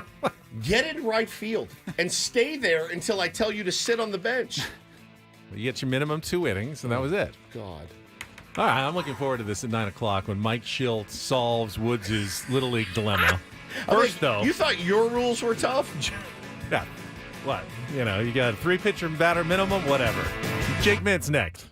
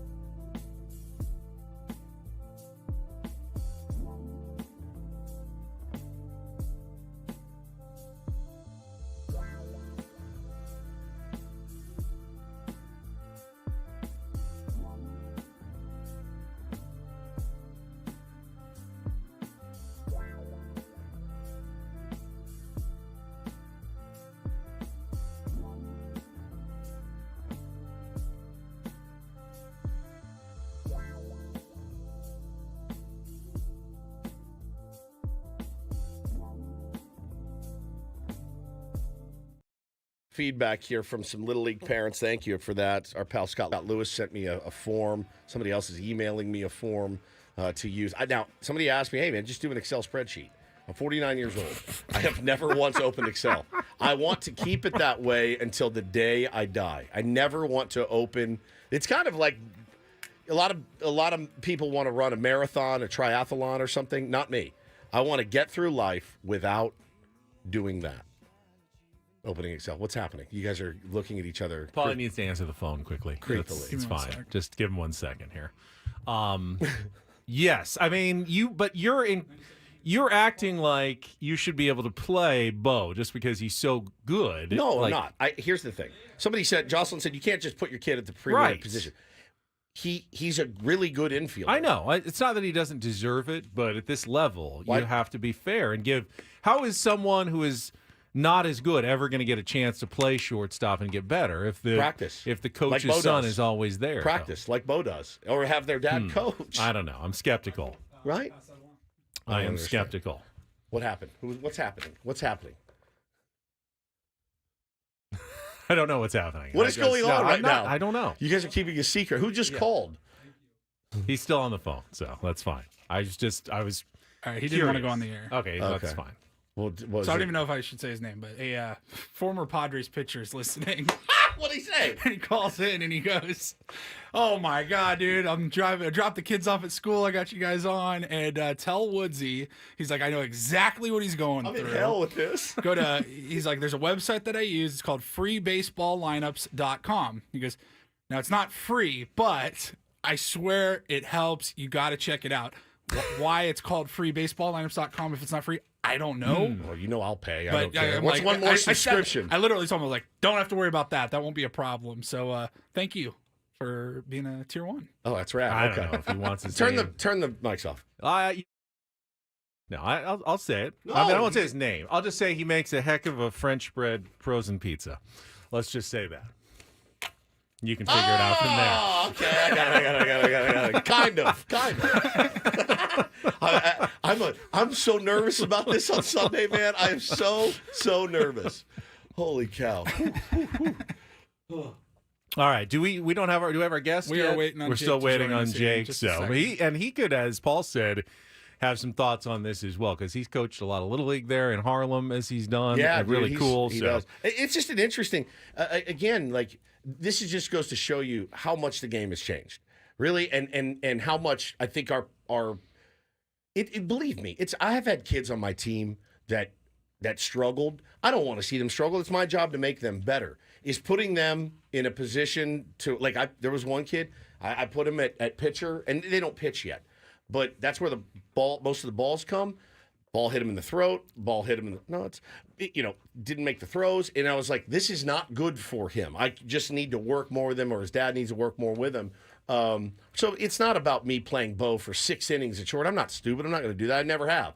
Never did that in T-ball. But it is about. I think it's important, is it not, for the kids to know, like, if I put you in center field, be a center fielder for a game, right? Like, be a center fielder. See how you respond. We have multiple games where I can try you at third. I can try you at short. And I realize they're 6 and 7 years old, and there's plenty of time for that. But I think the quicker the kids can learn it, the better. Not everybody's a third baseman or a first baseman. I have so many kids that want to play first, and I will literally tell them, you can't catch. You have to be able to catch to play first. Well, I think the kids who are not as advanced, well, you'll probably, when they get them to the infield, you get them at second, or third for an inning or two, and they'll play more in the outfield. I mean, you can still put your better players at short and pitcher and first for more of the time, even if you're rotating them between the infield and the outfield. Bo loves outfield, so he's not going to have any problem playing center. You know why? Because of Jackson Merrill. Well, he will, just because there won't be a lot of balls that get out there. There'll be almost none. Yeah. Yeah. I think that's going to be the frustrating part. He'll go, I'm ready to go. And it's like, you sit out there in the outfield, and sometimes the ball will never come to you. Ralph is right. He said there's an element of safety coaches have to put first. It's absolutely true. It's absolutely true. So I just think, being able to move kids around at my own and not worry, he played 3 innings at first instead of 2. And Scott Lewis said, don't worry, dude. If you screw up, they will call you out on it. There are those that I would be the dad that would not. I don't care. I don't care what you do. Don't steal signs and be goofy and things like that. But, like let's teach them playing positions is important, paying attention is important, all of that. So, whatever.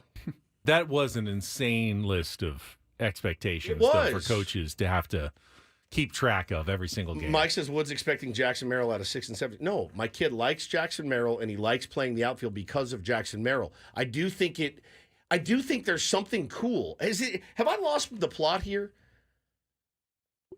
When I was a kid and my coach... Oh, it was different when we were kids. Well, hold on. But when I knew, like, hey, man, I play third. I was a third base. I was cool with that. I had to do my job. I mean, do you remember 6 and 7? You're thinking I didn't start maybe playing until I was 10. Yeah, you're thinking a little bit later. Now, when you get 11 to 12, you're going to have more regular positions and stuff. But you're still at the 6 and 7 level. Everyone plays all over the place at that point. Ready? I am ready. Yes. I'm ready. Is the married guy ready? Congratulations. 2 weeks ago, he was just about to get married. He had a saxophone with him. He was going to play it at the wedding. I'm dying to know how that went, and we are joined right now by Jake Mintz from Cespedes Family Barbecue. Our weekly segments brought to you by our friends at Grand Old Barbecue. Jake, Mr. Mintz. Well, you were always Mr. Mintz. Now there's a Mrs. Mintz. How are you? I'm good. I'm married. You are. Congratulations, buddy. You wearing your wedding ring right now? Pretty great. Being married, like being married. No notes on it. 10 out of 10. So you did the saxophone. Now, we talked to Jordan last week. Ben was out, so he doesn't know this. Correct. But the saxophone that you played, Sweet Virginia from the Stones, I believe, was the song. Jordan said it went really well. Could you confirm? It went well enough, yeah. I mean, pulling out a surprise saxophone when everyone believes you don't play the saxophone, it doesn't really matter how you play the saxophone. That's what I learned. But yeah, it was a hit. It turns out getting married is freaking fun, dude. Is really what I'll say. My anniversary is on Sunday. 7 years. Would you like him to play the saxophone? I would Hannah? like you to play. I would like you to play the saxophone. Okay, sure. Whatever you need. Okay, good. All right, let's start with Shohei Ohtani just to get it out of the way. Because we're why wow. We've already done it. We already did it. Whoa. Well, we already did it. We did it, but I feel like Jake needs to say his piece. It was an historic achievement, no doubt about it. It's getting maybe an insane amount of hype, but maybe he deserves it. I mean, it's been an incredible season for Shohei Ohtani. What more should we have to say about this, Jake? That's it. It is important as we, people who evaluate sports, it's important for us to hold multiple thoughts in our head at the same time. Yeah. Okay. It is easier than ever to go 50-50. It is still outrageously impressive to do it. Both of those things are true. Sure. And Ohtani, who, by the way, I believe the most bases he ever stole in Japan was 7. Okay. 26 for the Angels, I think. But yeah, like that wasn't a huge part of his game. No. And now he's just like, oh, I'm bored. I have all this free time because I'm not pitching. I'm just going to steal bases. It was amazing for him to do it in Miami, where he had the other greatest moment of his career. And the WBC was great. Other underrated superstar from yesterday, Skip, just going after Ohtani. I'm sure you talked about that already. Pro move, not dodging greatness. You run out of things to say about Shohei. I understand that people in San Diego are probably tired of it, but I see a lot of tweets that are like MLB's tweeting too much about Shohei. Like, I was one of them. They are 22 tweets in 19 hours. Instagram posts. Instagram. No, that's wrong. It's too much.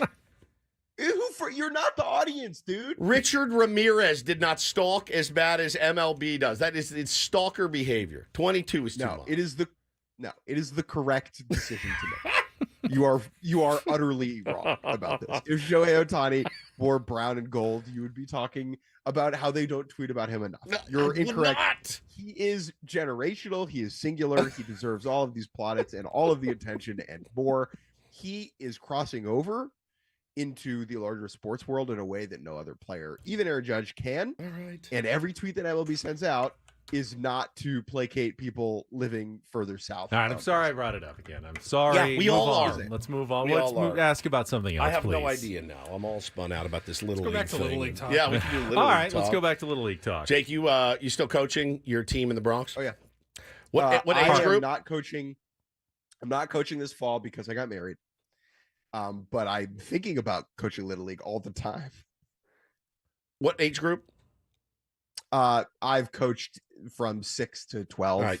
So anywhere in there. I'm starting Pinto this weekend with my son, machine pitch, and they laid some rules on me that it's like the Constitution. It's like trying to follow the Constitution of rotation of players, and no player can play more than blah, blah, blah.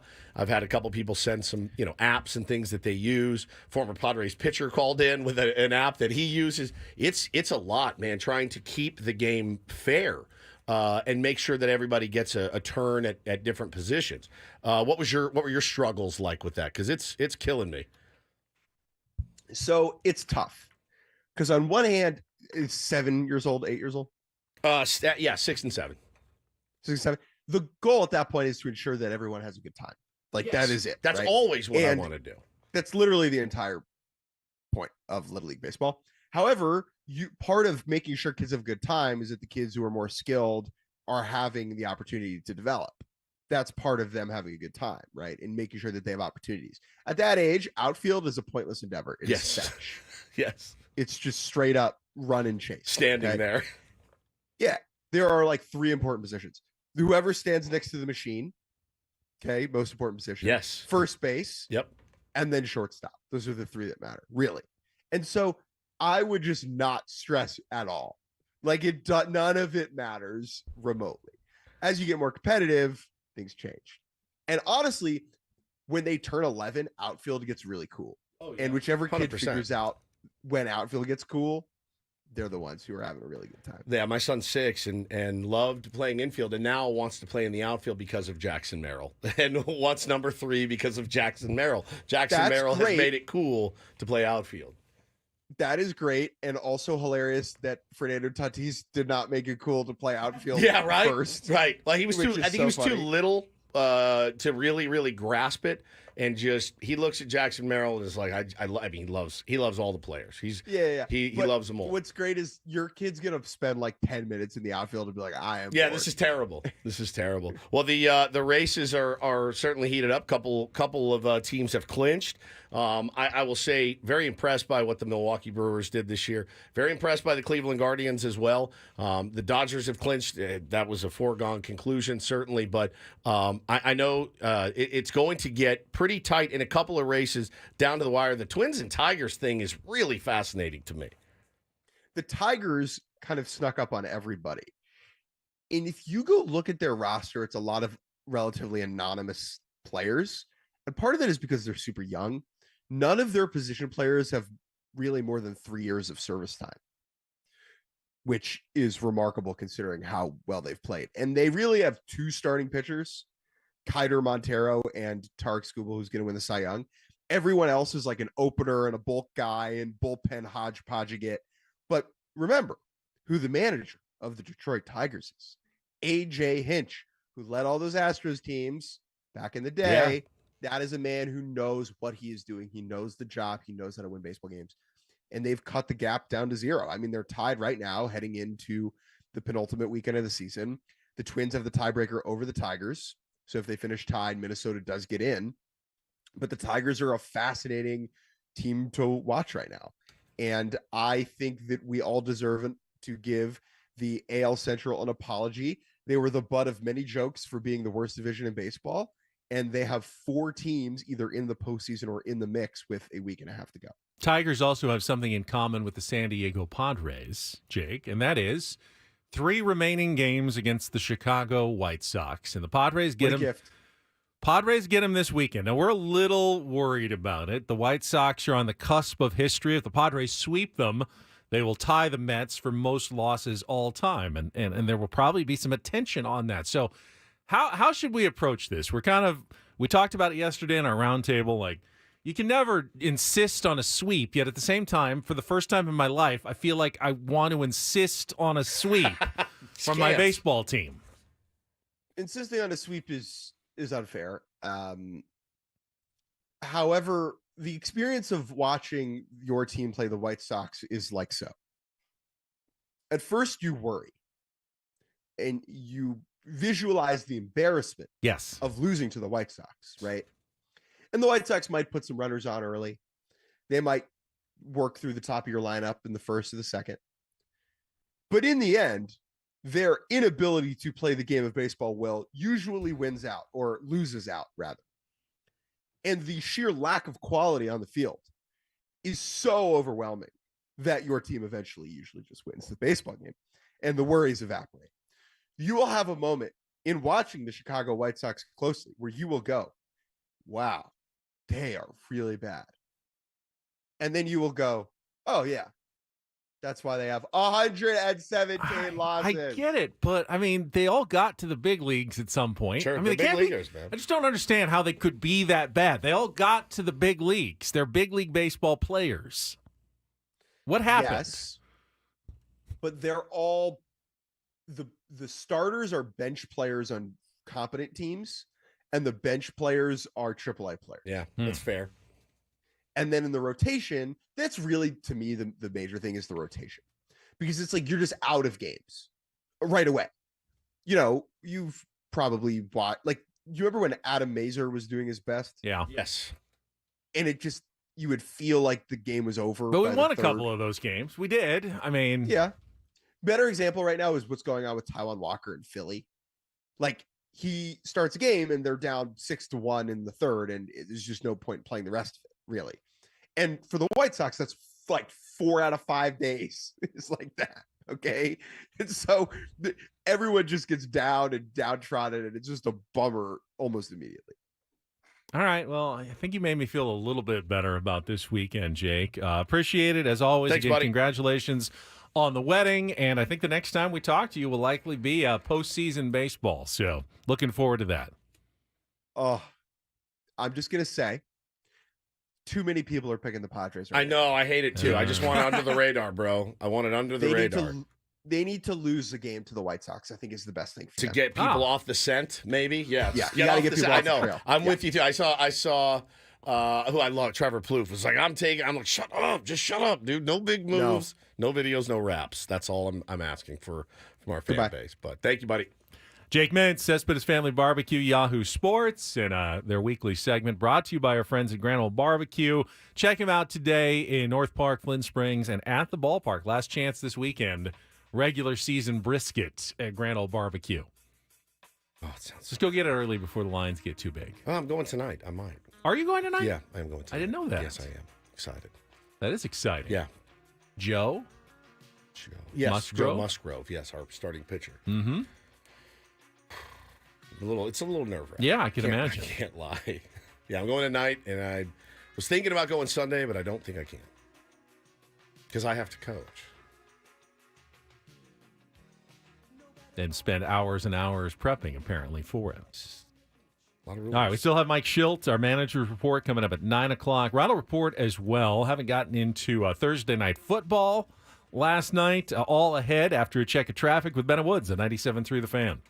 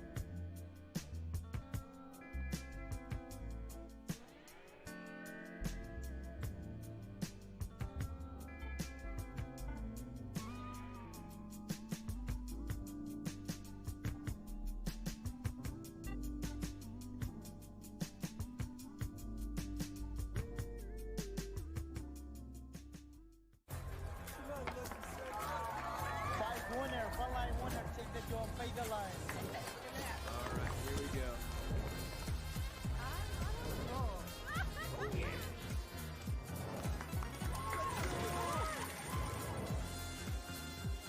Black 17 on.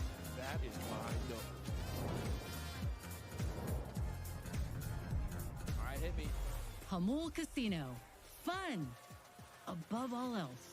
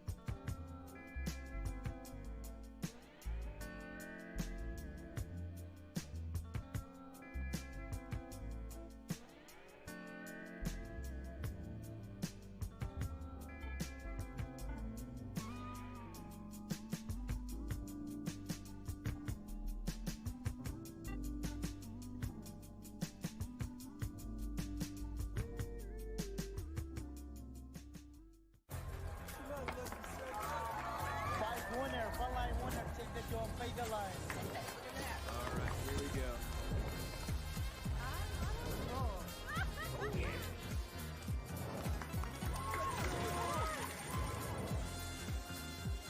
Black 17 on. That is my number. All right, hit me. Hamul Casino. Fun above all else.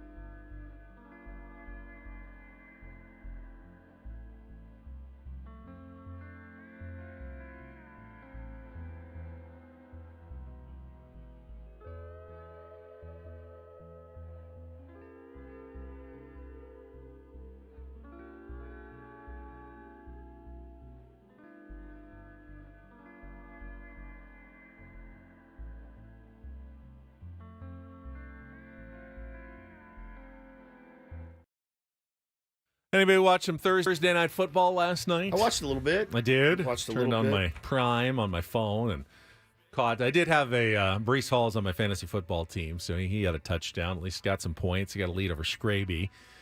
But the narrative last night, and I think it was pretty accurate. Was Aaron Rodgers looked pretty prime Aaron Rodgers-ish. I saw very him, accurate. And I saw him pull one down and run for a first down. Could still move it. For 40 years old, Yeah, I mean, dude, pretty athletic. Not considering myself an Aaron Rodgers fan, but Now, if you're a Jets fan, I think you were very encouraged by last night's performance. Did Robert Saleh, was he under the pressure of getting the backup quarterback in to get some reps as well? Make sure he gets his taste as well?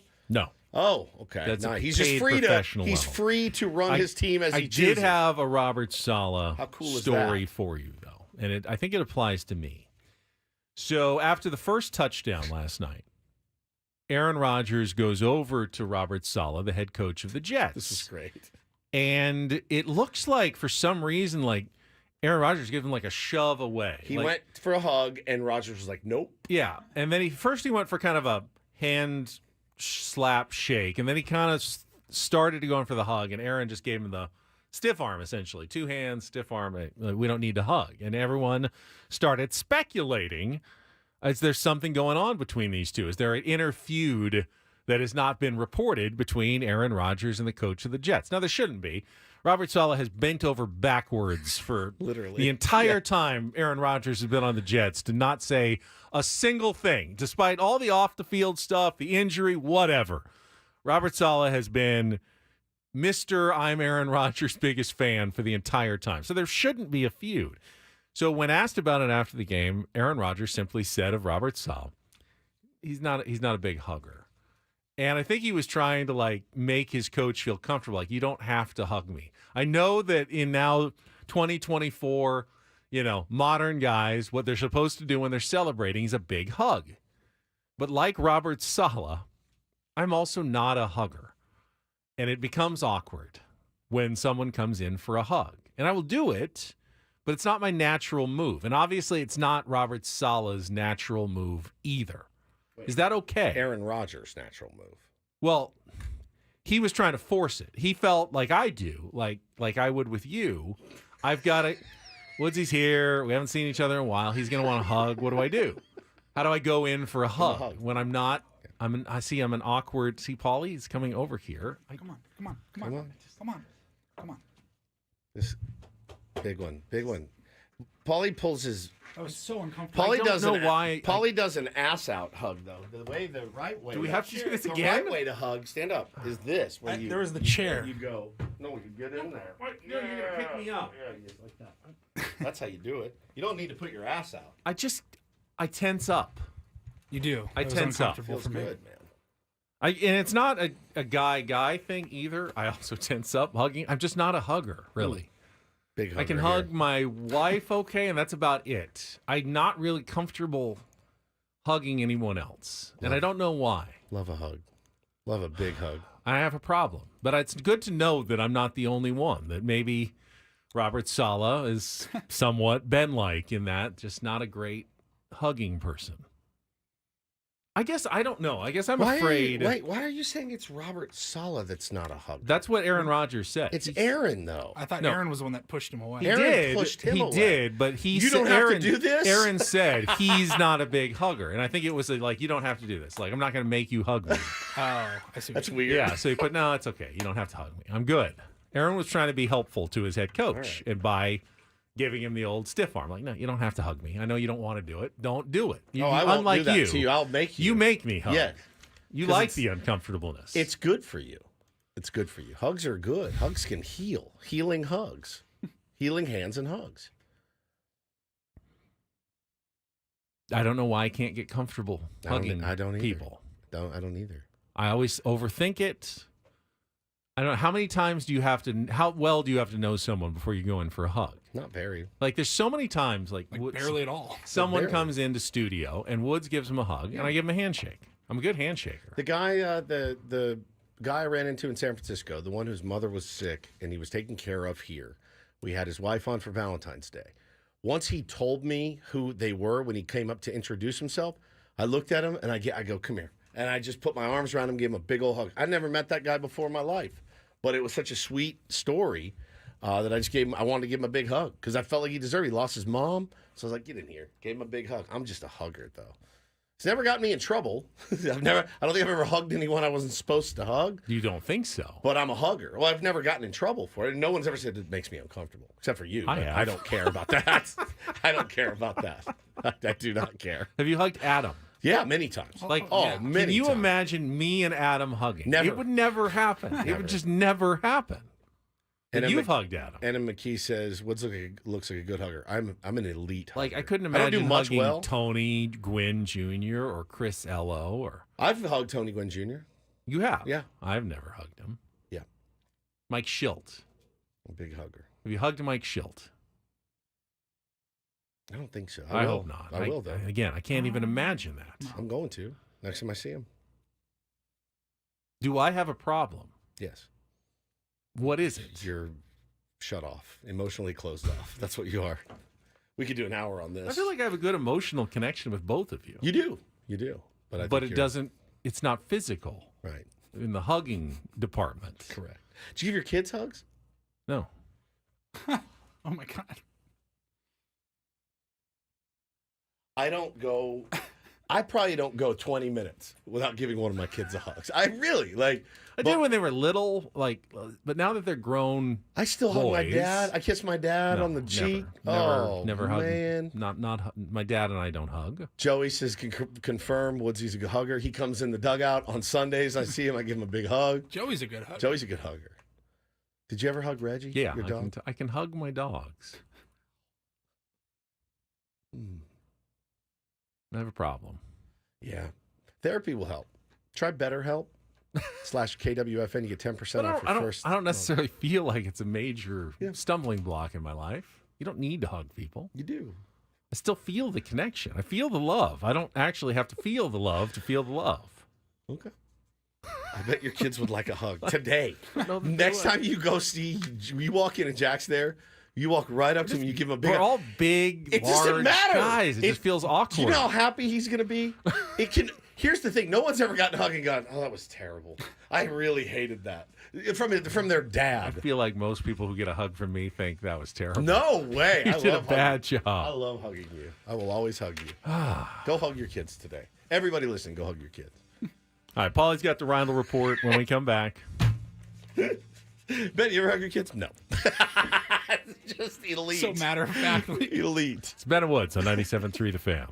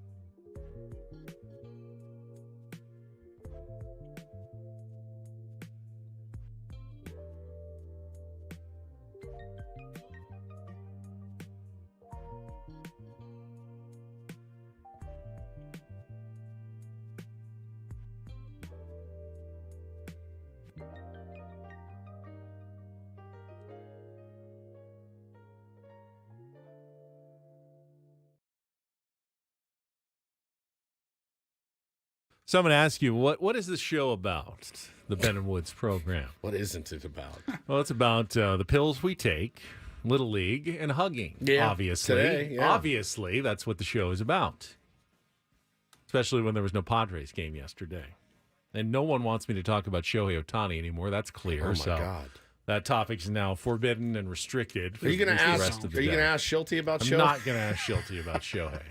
Padres have actually handled him pretty good. Knock on wood. Honestly, Knock on if wood. we only mentioned Ohtani today with Schilt, I think that actually would have been fair and appropriate. That's fair. I thought about a question. Well, but I'll tell you what. I couldn't really come up with what's the question you asked? Well, the other thing too is Like, what do you do with a guy like that on the other side? if there was a Padres game last night, we wouldn't have done Shohei Ohtani at 6:35. There's just we wouldn't have mentioned him until later in the show because there was a Padres game, but there wasn't. Last night was a bit of a slow night, certainly, unless you're a Jets fan or a Pats fan, which I am not. I don't remember them walking Shohei Ohtani intentionally. At The all. Pods? Padres, yeah, they faced him a bunch this year. Somebody they've gone after him. They've had decent success against him. Yeah, I mean, I think somebody sent me the numbers against the Padres, and they're not great at all.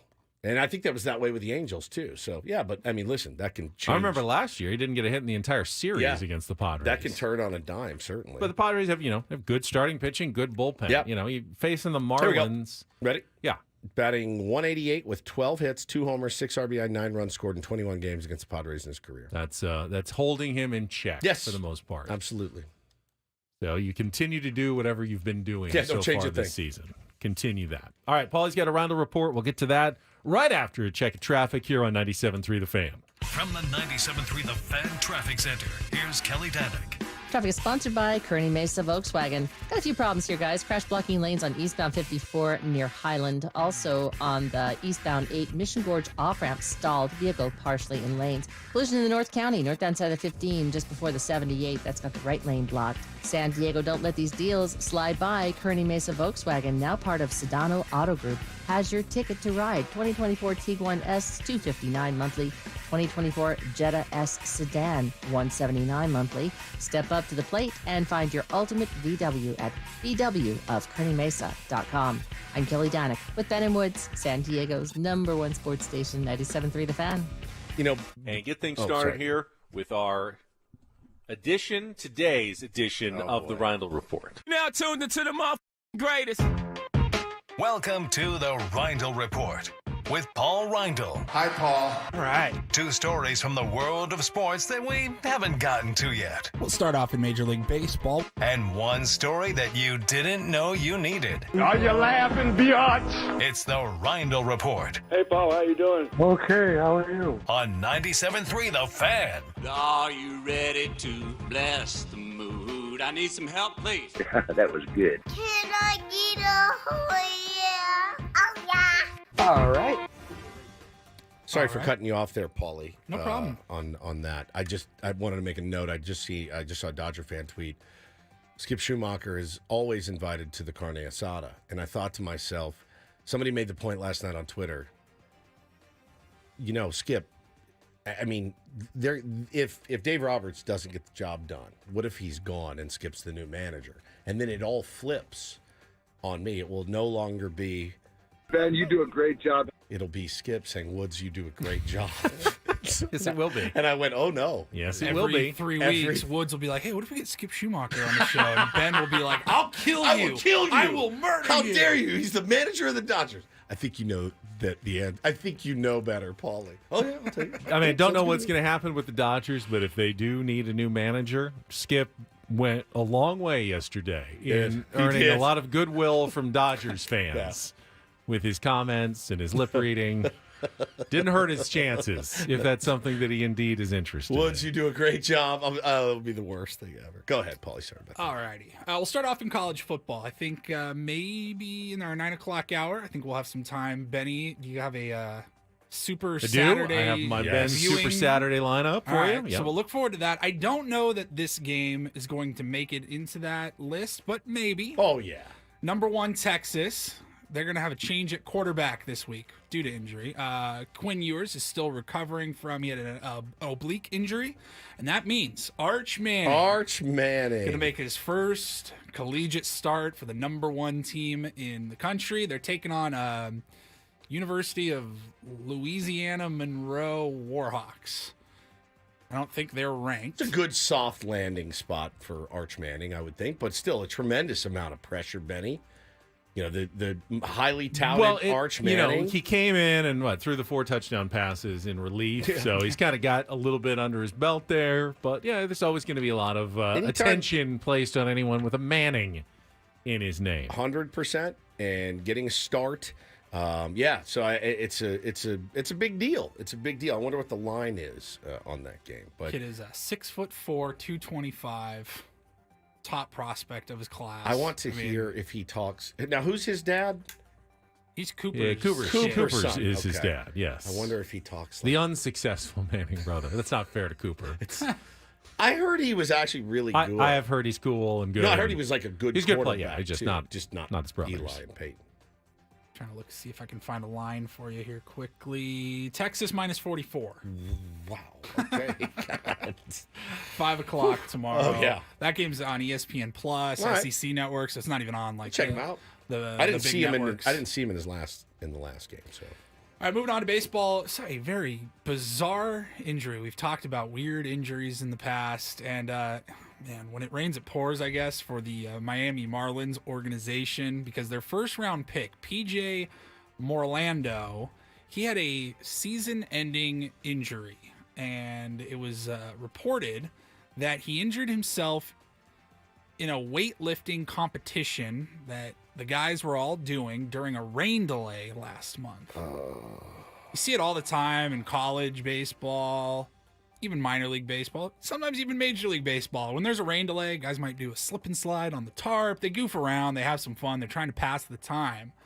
And this team decided to have a weightlifting competition down in the weight room, and he injured himself. He's out for the year. He's already starting to swing a bat again, and they say he'll be fine for spring training next year, but his season is over for the first-round draft pick.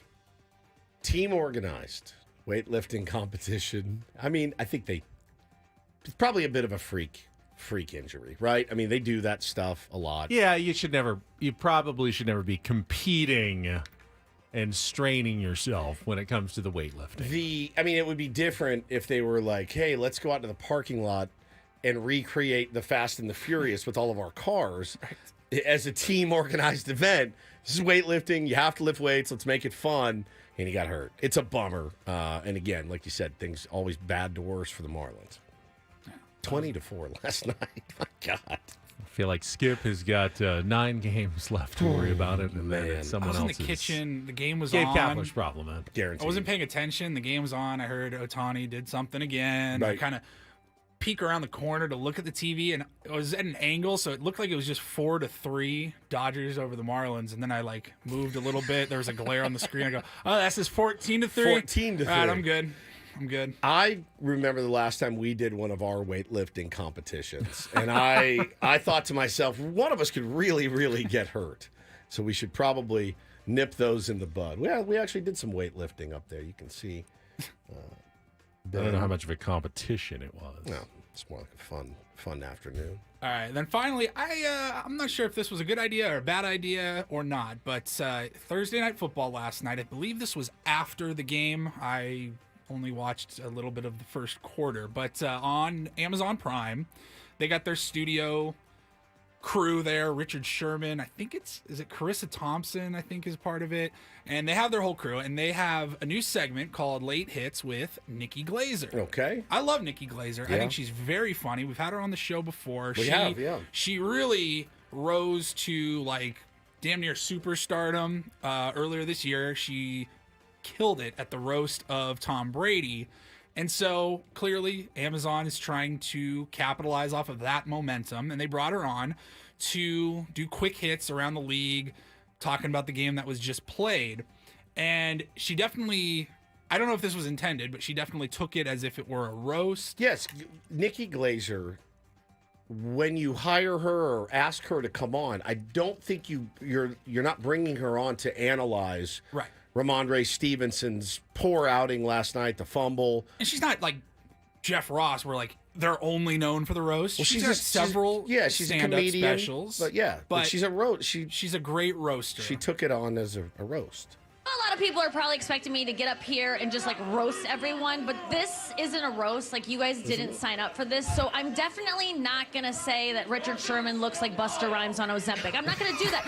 I'm not gonna say that Andrew Whitworth. I'm not gonna say that Andrew Whitworth looks like Men's Warehouse Shrek, or I like that one. or that Tony Gonzalez looks like who my mom thinks about during one of her long baths. Tony, I do like your vibe though. You look like a genie you can only summon by rubbing the crotch of a sensible Talbot's pantsuit. But I'm not going to say any of that, because really I am so honored to be here tonight with all of these NFL legends and Ryan Fitzpatrick. Or, as your teammates called you, Sacked Galifianakis. So, Sacked Galifianakis. It's pretty good. Pretty good. Wasn't bad. That's tough, man. That's That's tough. That's tough company there. Like, to go in there with all those football players and drop the hammer on them all. Yeah. Oh, God. So she was on there for several minutes. I didn't want to play the whole thing, but Sacked, talked about Sacked Galifianakis. It's really good. pretty good. He does look kind of like, with the beard. Oh, big time. Zach Big time. Galifianakis. That's great. And I did see that there's at least 4 more of those appearances from Nikki Glazer scheduled throughout Thursday Night Football the rest of the year. It's always tough. Lisa just said they did not find it funny at all. Yeah, man. Like, when you're, like, guys, if I'm the boss, Are you supposed to find a roast of yourself yes, funny? 100%. Or at least everybody dude, else is. You're supposed to be able to wear it, but like when you make fun of me, I'm okay with it, but I never find it extremely funny. But I do. Well, Paulie yeah, does. You do. That's No, fine. so I'm saying if she's roasting Tony Gonzalez, They the are other guy four, should be and funny. they just Yeah, sat that's there. true. play it Okay. up a little bit, like Yeah. at least pretend. Okay. Yeah, And you I thought got. the jokes were fine. When you roast me, I think it's hysterical. You do? Yes. Yes. It's always funny. Relax a little bit. Hug. Enjoy yourself a little bit more. not Jesus. going to. You're all bunched up, Quit man. asking. I'm not going to. You're all, Quit asking. You're all I'm not bunched going up. to. So quit asking. Gosh. It's like Bo. You I can't imagine even roast hugging Bo Nick anymore. Saban. I can't do it. I could. In a heartbeat. In a heartbeat. Thank you, Paulie, for that. You're welcome. Schulte next. Wonder what he did on his off day.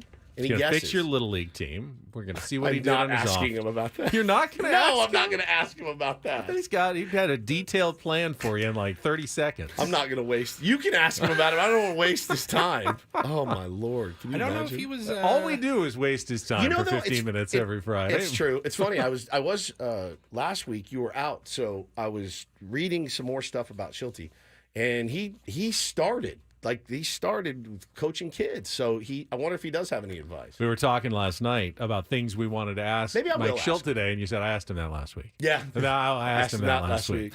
Yep. I missed it all. Yeah, you did. You were playing golf. It's all right. Fine. All right. Mike Schulte, manager's report to kick off the final hour of the week of Ben and Woods. That is coming up next. He is, I guarantee you, just taking this game like every other game of the season. 162 of them. It is time Play to our face the game. White Sox Yep. today. We're playing ourselves, not the opponent, etc., etc. Coming up next with Mike Schulte on 97.3 The Fan.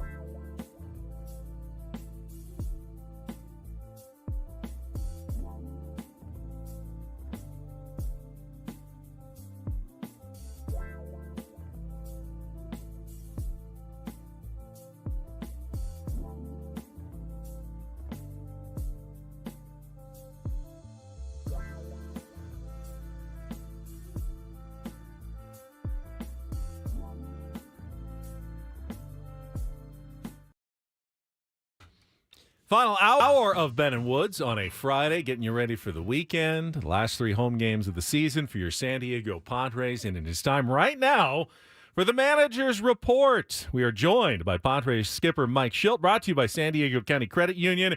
It's not big bank banking. It is better. And off days at home in baseball are very rare. With no travel, Yeah. I mean, throughout the course of the season, you may get 2 or 3 of them. This late in the season, Mike, I'd imagine that's a valuable day yesterday. How you doing, and how did you spend an off day at home? Yeah, it was nice. I'm doing well. Hope you guys are doing well also. Yeah. No, it was a relaxing day. Caught up on a few personal things that can slip by as the season goes, and enjoyed the beautiful San Diego weather, and went to Michael King and his wife Sheila's event last night for type 1 diabetes they're raising money for, and that was a really well done event for a great cause, and did a lineup and getting ready for today's game. Now, before we get into it, Woodsy doesn't really want to ask you, but he's got to bring it up because you've been dealing with the rule changes. It's kind of hard to believe you don't want to ask. I know, but he doesn't. This is actually something he doesn't want to ask. All right. You've dealt with like rule changes and the 3-batter minimum and everything in baseball. So he's coaching his little league team, and they have laid on this list of rules that he cannot even believe, and he needs just some help here. He needs some help managing his little league team, his Pinto League team. They laid these rules on me, Schulte, about guys having to play a certain amount in the infield, in the outfield, and spend time on the bench. I just wanted. I'll take the Pod Sunday. You take the Durham Bulls in LCYO League. I don't know that anybody could figure these rules out. I realize, and I know you spent time, coaching youths at the start of your career. What is your advice for burgeoning coaches in the game of baseball, 6 and 7-year-olds? I think the most important thing at that age is they enjoy it. I think it's really kind of no different than our guys. You want them to make sure when they come to practice, they come to the ballpark, they're excited about it. So I think that starts there. If they're not looking forward to it and they're not going to enjoy themselves, then it's going to be a little bit more of a challenge to whatever you're trying to accomplish. But get them to enjoy it. No labels. It really bothers them. It happens younger and younger at the youth levels, where young players are being graded and evaluated and even cut. And we know it's competition, but as an A player, B player, C player, it's interesting. When I ran an academy, we did some travel teams, 100 years ago, and we had a really good group. We started with a group of 15-year-olds because I thought that was time where players should start to maybe, if they were serious about it still at 15 and they were wanting to go play collegially, I'd do my best to help them. So we put together this really, really good group of players that ended up doing some pretty cool things as a sidebar. But anyway, I got a guy named Brian Keegan, who at the time was an area scout and a pro scout with Tampa. And at the time he was with Houston. I said, "Hey, Keegs, would you evaluate this group and give me a little bit of a write-up on the guys, So we did a workout, and he came up to me and says, I got nothing for you. I said, you're a great evaluator. What do you mean? He said, well, yeah, I think I'm a pretty decent evaluator. And the guy really is a great judge of talent. He's rightfully in the profession. So he said, man, for me, it's too hard for me to judge what a 15-year-old player is going to be. And it just resonated with me clearly, because here's a guy that's really good at evaluating talent. And at 15, he had a hard time identifying players. They grow, they mature differently. And at that point, we didn't label anybody. We let kids play. And I think it's a real mistake for kids to be, I'm only a this, I'm only a that. I can't play this. Let them play everywhere. Let them enjoy it. Let them have good experiences. Teach off what they can do. And then they can learn to think and play for themselves, and they'll enjoy it more. It's a great answer. Great answer. So Keegs will not come out and evaluate the Pinto Durham Bulls on Sunday. He will not. All right, he will good. not. Then I guess I shouldn't either. All right, let's start with something Just kind let them have fun, man. All right. And, let them run around. I want to start with something kind of fun, because I was down there on Monday, and all of a sudden I look and go, that's Albert Pujols. Yeah, crazy. And he was there with his daughter to see Manny play, which was cool. But I saw you spending some time with him on the field, all that time together in the Cardinals organization. And I wanted to ask you, obviously, there were a lot of things that turned Albert Pujols into a Hall of Famer. You know, mashing the ball, picking it over there at first base. But what did you see in Albert, and then what do you see maybe in some of your own players that makes a guy successful in the big leagues to that level, to that Hall of Fame level? Hunger, competitive spirit, drive. I mean, talent clearly is there, but if you want to put together seasons, you want to contribute to winning teams, put together seasons, put together a career where you stack up numbers and get the most out of your physical ability, you give nothing away. And Albert was I talked to him, got to know him, consider him to be a really good friend. He's a great guy, wonderful human being, does a lot of great things for community and charity. But I also learned by watching him. And I remember after he won his second MVP, I was just, I'm always curious. I just want to study people because, people's actions are going to speak louder than their words. And I was like, all right, he won his second MVP. He's coming to spring training. How's he going to go about it? And I remember being in the first spring training game, and I'd gotten to a point in the big league camp where I'd gotten, a little more comfortable to be around, and, it was rite of passage kind of to get into it. But anyway, I'm sitting right beside Albert, and spring training games are starting. This is like 2008 or 9, whatever year it was. And I'm just getting a feel for like, okay, what's this cat going to be like, And he always had his towel. Of course, it was, even humid at that time of year in March, late March in Jupiter. And he's just scowling and stalking the pitcher. And, like I say, first spring training game, people are enjoying it, having a good time. Not to say guys aren't paying attention, but it's just, it's loose. And this guy was absolutely just stalking this dude. And he gave nothing away. And I watched him if you wanted to find Albert at spring training, 7:00, he was going to be with Dave McKay in the cage doing his routine every single day. Wow. And you walked in and you wanted to watch it. It was great, but he wasn't going to be talking. He wasn't going to be hanging out. He wasn't going to be BSing. He was going to be working. And he just never gave anything away. And we have a lot of players that are very similar to that. They love competition, and they love paying attention to the game and seeing the game and getting after it. It's a great answer, great player. It was. I had no idea he was going to be there, and he walked out, and I was like, "That's the machine," and he's right there in front of me. You're going to love this one, Schulte, because I got chewed out yesterday on the Padres roundtable by Tony Gwynn Jr. Because I tweeted about Jerks and Profar. I love Profar so much, but I the bunt in the third inning, and he chewed me out yesterday on the roundtable. I'm ready for you to chew me out here, but my question to you is, knowing we all know this about Pro, we know he plays his game, we know you let him play his game. If there's a situation where Pro comes up in that situation again, maybe different circumstances, you as the skipper, would you ever let him know through Tim Leeper or somebody else, don't bunt? We don't want you bunting here. We want you to swing away, Pro, because we like what you can do, or is he just kind of free to roam, I guess? So Tony Gwynn didn't satisfy your answer. I guess I'm a glutton for punishment, Skip, I guess. I don't know, man. It's a fair question. I'm just curious.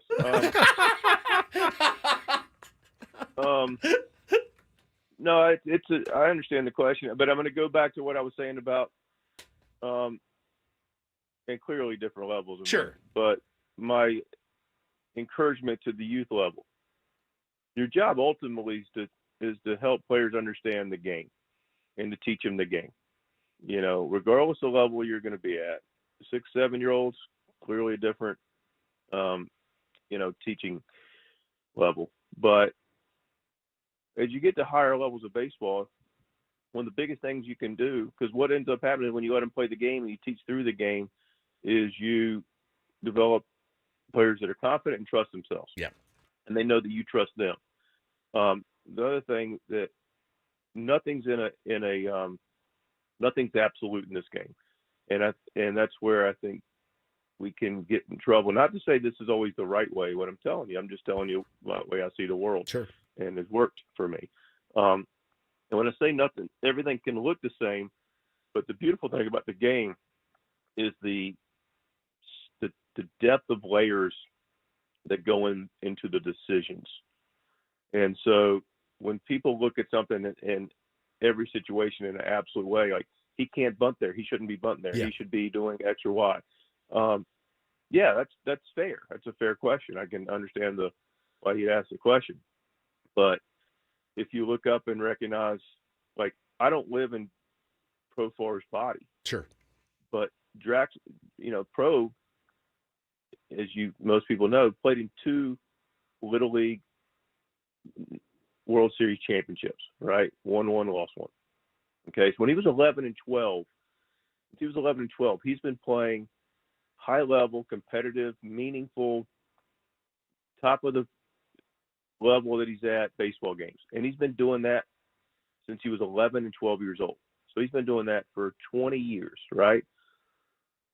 There's some intuition about the game that takes place after that period of time, right? I don't see this guy very well. I'm not feeling this good. Yeah. I've got some intuition about Valdez being a guy that's really tough. He's on the ground a lot. He's tough to score on. We want to get an early lead. We got a good bullpen. So all these factors, and then, like I said, how he sees him, how he feels, how he knows the guy behind him swinging the bat.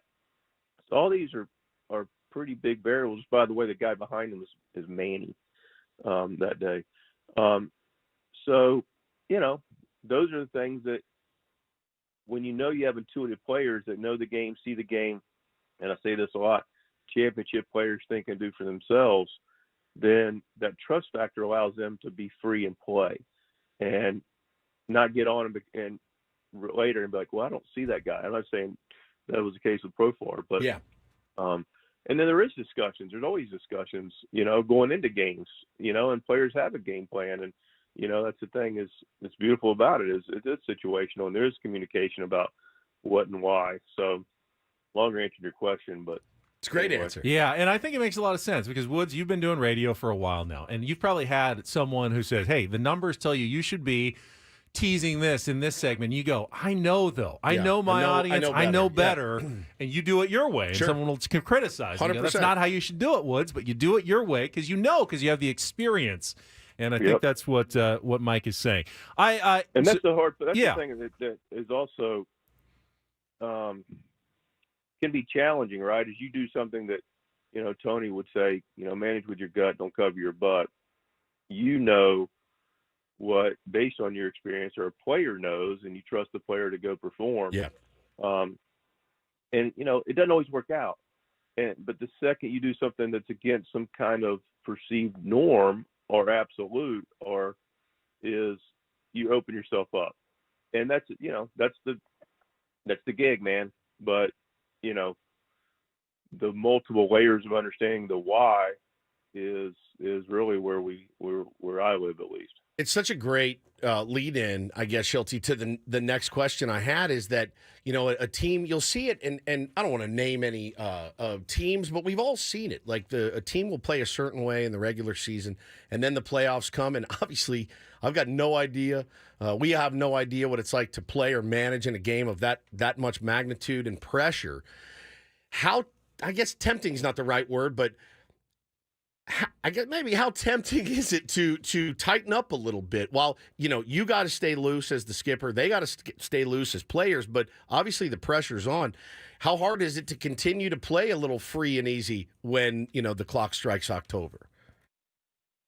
It's a fair question. And I'm not saying it doesn't happen. It's not, it's not a challenge, but what I look for every day, whether it's the first game in Seoul, Korea, or a game in April or May or whenever, that I prepare every day like it's a playoff game. Like, my preparation will not change today or 2 weeks from now or the end of October.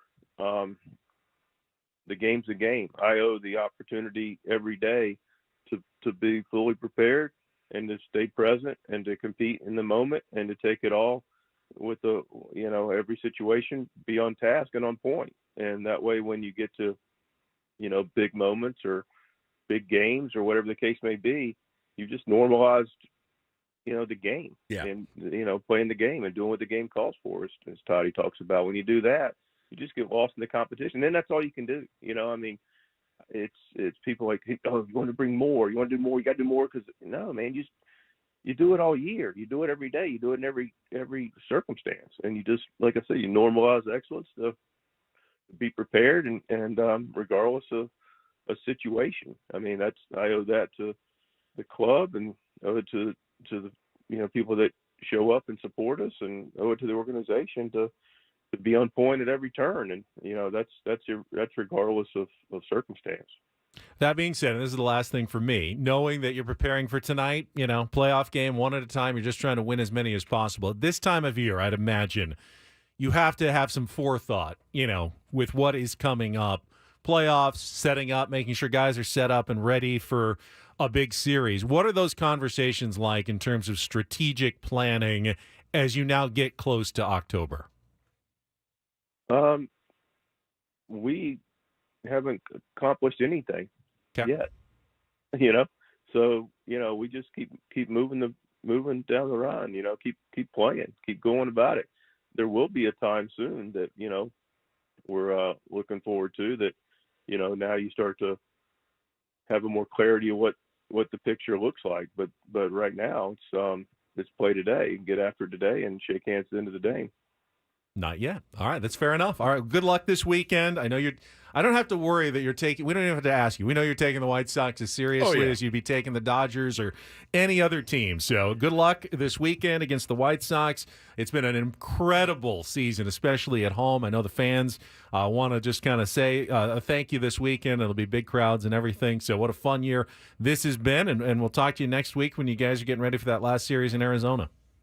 Sounds great. Appreciate it, guys. Thanks, there he is. The skipper, Mike Schilt, our manager's report, brought to you each Friday morning by San Diego County Credit Union. It's not big bank banking. It's better. That killed me. Oh, it's Tony Gwynn Jr. Wasn't enough good for enough for you? Okay. He explained it really well, He though. did. He did. He always does, and I still get mad. I still yell but at it the is. TV. It's true. I mean, we don't do both of us, and Paulie, too, on this show. We do a lot of things that don't go by Against the grain. book. Yeah. The radio book. Why do I get so were. mad when other people go against the Right. grain? That's very hypocritical of me. I get it. Now, if it's someone, it's their first day, and they're going, you know what? I'm not going by the True. book. I'm doing my own thing. It's true. But Jurickson Profar, it's not his first. No, not his first rodeo, day. for sure. He's played a lot of, as he said, high level baseball. Yeah. You gotta trust those guys. Yeah. You do have to trust those guys. I'm just going to shut up about bunting for the rest of my life. Well, I mean, we're not going to stop talking about coaching because we did get a text back from the former Padre pitcher who called in earlier, and we can follow up on that with a name and everything included. So get to that coming up. More Bennett Woods after traffic here on 97.3 The Fan.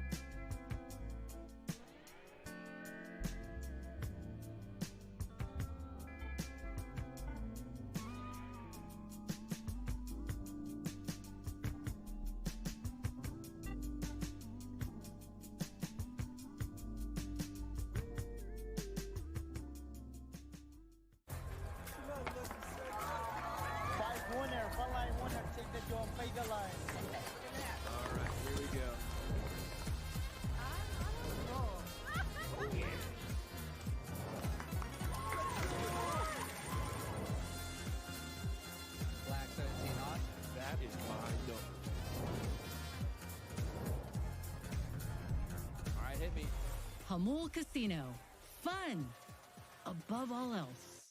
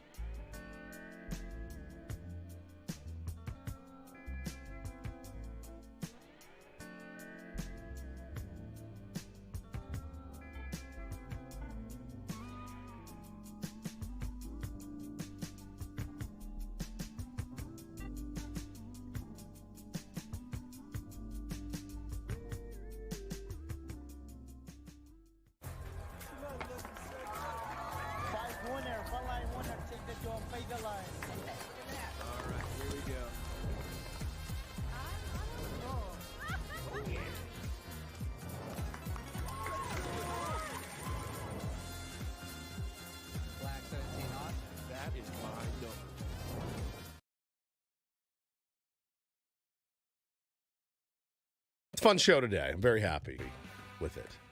I've had a great time. I'm glad you've had a great time with it. And it has been a pretty good show. It's good to take a break. I mean, we get into a routine during the summer months of baseball season. You know, spend a lot of time talking about the previous night's Padres game, but every once in a while, we got one of these days after an off day, and we can explore the space a little bit more. Which I love. You know I love to explore the space. You do. I do, very much. I don't know if anyone's ever loved exploring the space more. Neil Armstrong, maybe. Potentially. You are Captain Kirk. That's right. Going where no man has gone before. That's right. On the radio. Keep it loose. All right. So, he texted Paulie back. So earlier in the show, he said a former Padre had called in with his 2 cents on your Little League dilemma, saying we have dealt with the same things with the rules and trying to manage it. It's he sent you an app to help make it work, right?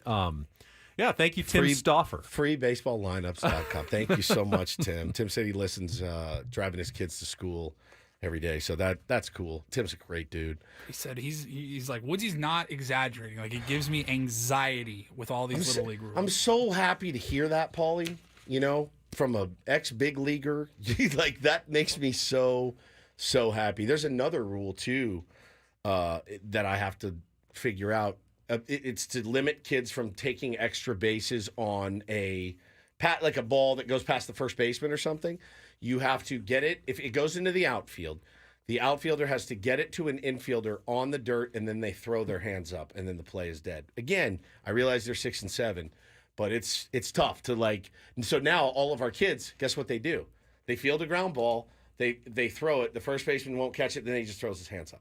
So now all the kids are running around with their hands up the whole time, which definitely is not like anything you'll ever see or anything that you would coach. But you have Cops and robbers movie. Yeah, you have to roll with the punches a little bit with all these options. Now, I also got another text earlier. He did not play professional baseball, but my boy Aaron, he's the president of Rancho Penasquitos Little League. Nice. And he said, I joked, it was tongue in cheek, like, hey, don't even worry about it. That's my advice. Like, who's going to call you out? Who's going to call you out? Like, You said. Get over yourself, guy. He said Woods will get suspended if he doesn't follow Suspended? the rules. Wow. He said all of those rules are Little League International rules, minimum play requirements. He said Encinitas rules have made them a little bit more complex. And he said, I had to suspend several coaches this year for not following minimum play rules. And then when you're suspended, you have to stay like a minimum distance away from the field. So you'd be watching with binoculars to see how Bo is doing in his game while you're on super suspension. creepy if anybody's Totally. walking by. Yeah. Who's this guy looking at a bunch of little Oh, little he's just one of the kids he's just one of the 100 yards suspended away. coaches. Don't worry about Jeez, it. dude. Well, that's the other thing too. Is at this age, I don't know that I would even be the coach to say, "Hey, man, that guy's played short for 2 innings in a row." I don't care. They're 6 and 7. Like, let's just go out and play a game. Hitting is off the machine is a whole new thing. Using real baseballs now finally is a real thing. Let's protect them. Let's make sure they have fun. Get some good ABs. I mean, how serious does this get? Do like coaches like secretly tick up the velocity against the other team? No, 'cause sometimes you're feeding your own team. Feeding the own team, but slow it down a little bit. I mean, I assume there's a prescribed speed it's supposed to come in at for both teams. 40. Don't adjust the settings at all. Well, I think there's maybe 3 or 4 kids that probably would hit better a little faster. No, slower. They're a little bit slower. Can you do that? I think so. I You think are max allowed to do speed that. is 40, but you so. can slow it down. Yeah, a little bit. because there's a little knob that you turn. But yeah, man, I just, it's just a lot. And again, baseball is hard enough for these kids to learn, and now you're adding different rules and playing different positions and everything else. So yeah, I'm glad to hear Tim Stauffer has the same issues that I do, and I know it's just going to get worse the older they get. I know it is. But I don't want to get suspended. No, certainly. No. Well, then you'd have plenty of time to watch college football on the weekend. So you ready for Ben's Super Saturday college football lineup? I am. All right, let's go. Now this is not the. Are you ready for the football? It's not the best weekend for college football action. In fact, the early Saturday window is actually kind of light. So I picked the game that I thought would actually be the most entertaining. 9 a.m. on ESPN tomorrow. Kansas at West Virginia. Big 12 opener. That sounds absolutely I know. riveting. They're both 1-2. At least Wow. Holy crap. You are...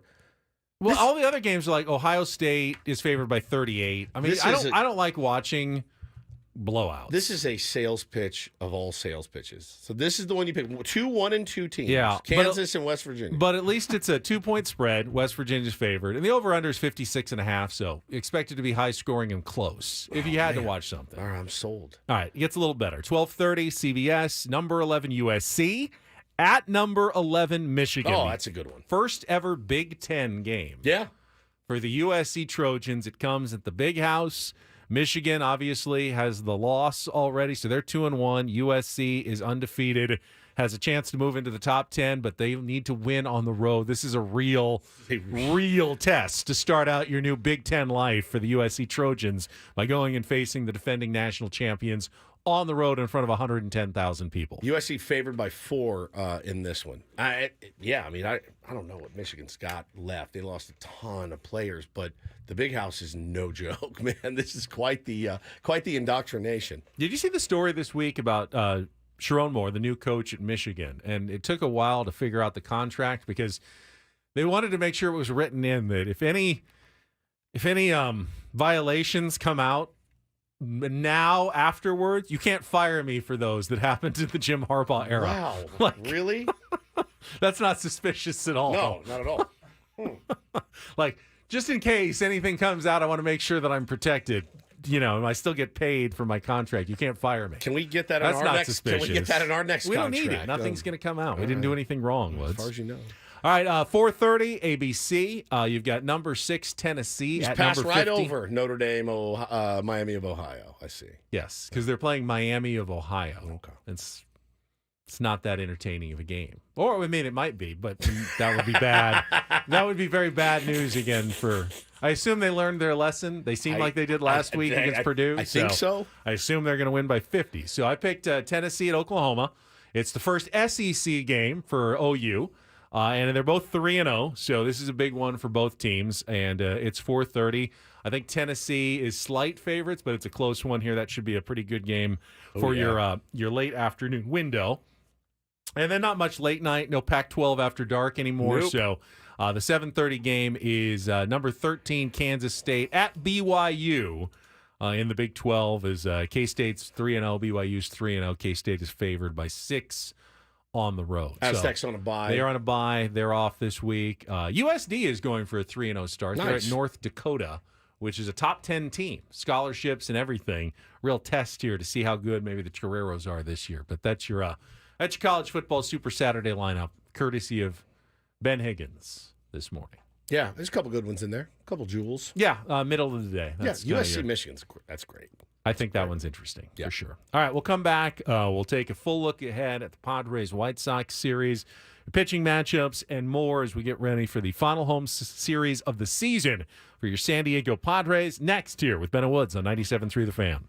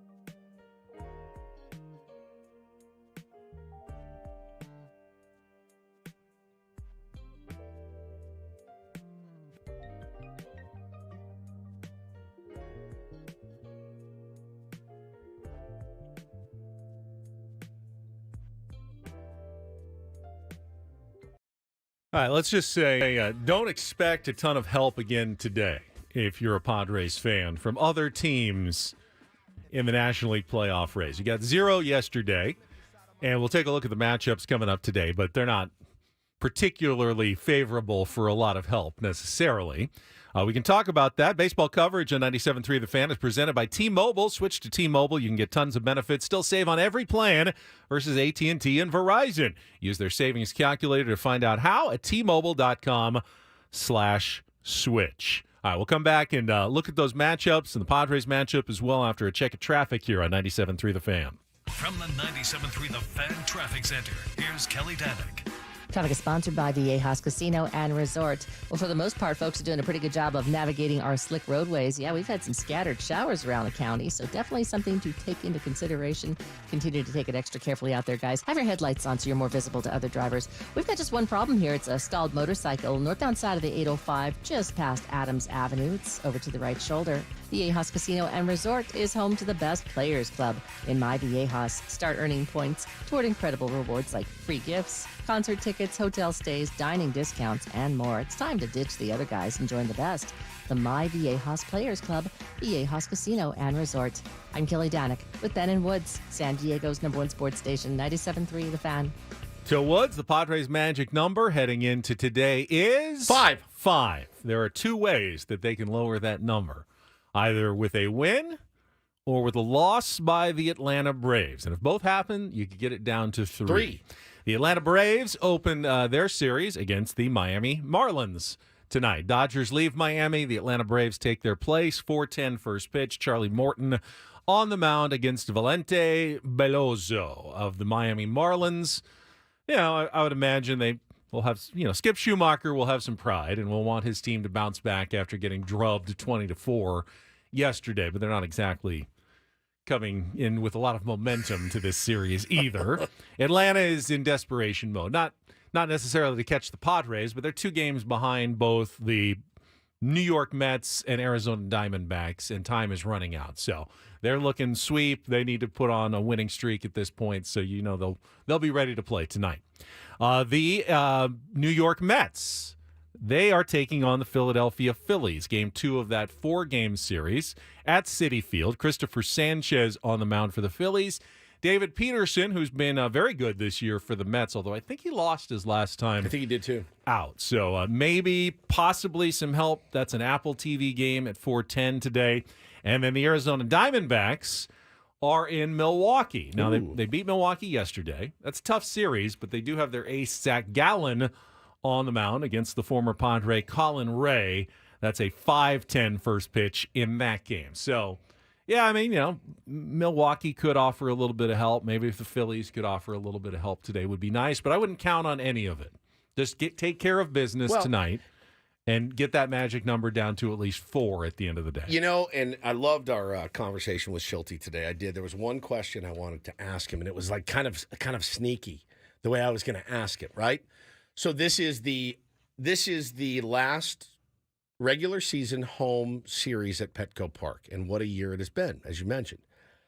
Wanted to ask him, how important is it to you that this is not the last series at Petco Park? Meaning, is that really your main focus? Kind of what we talked about on the roundtable yesterday. You went around and said, what do they need to be focused on? Obviously, winning games goes without saying, but that first round home series against whoever the opponent may be, how important is that to you, Mike Schill? He kind of said, on Monday, he actually was asked something similar during the scrum when I was there, and he said what you kind of expect. Well, obviously you want to play at home, sure. But no matter, we played well on the road this year, and whatever happens, we expect you to go in and play well, and at some point, if you keep winning, you get back home. Correct. It's not like every series is on the road if you don't have home field advantage. It's only that first series. That first series, though. That's kind of that you'd have to play. But that's kind of what. Yeah, they want to play in front of the sold-out Petco Park crowd. They do play well on the road. They actually I think they still have a better road record than a home record this year.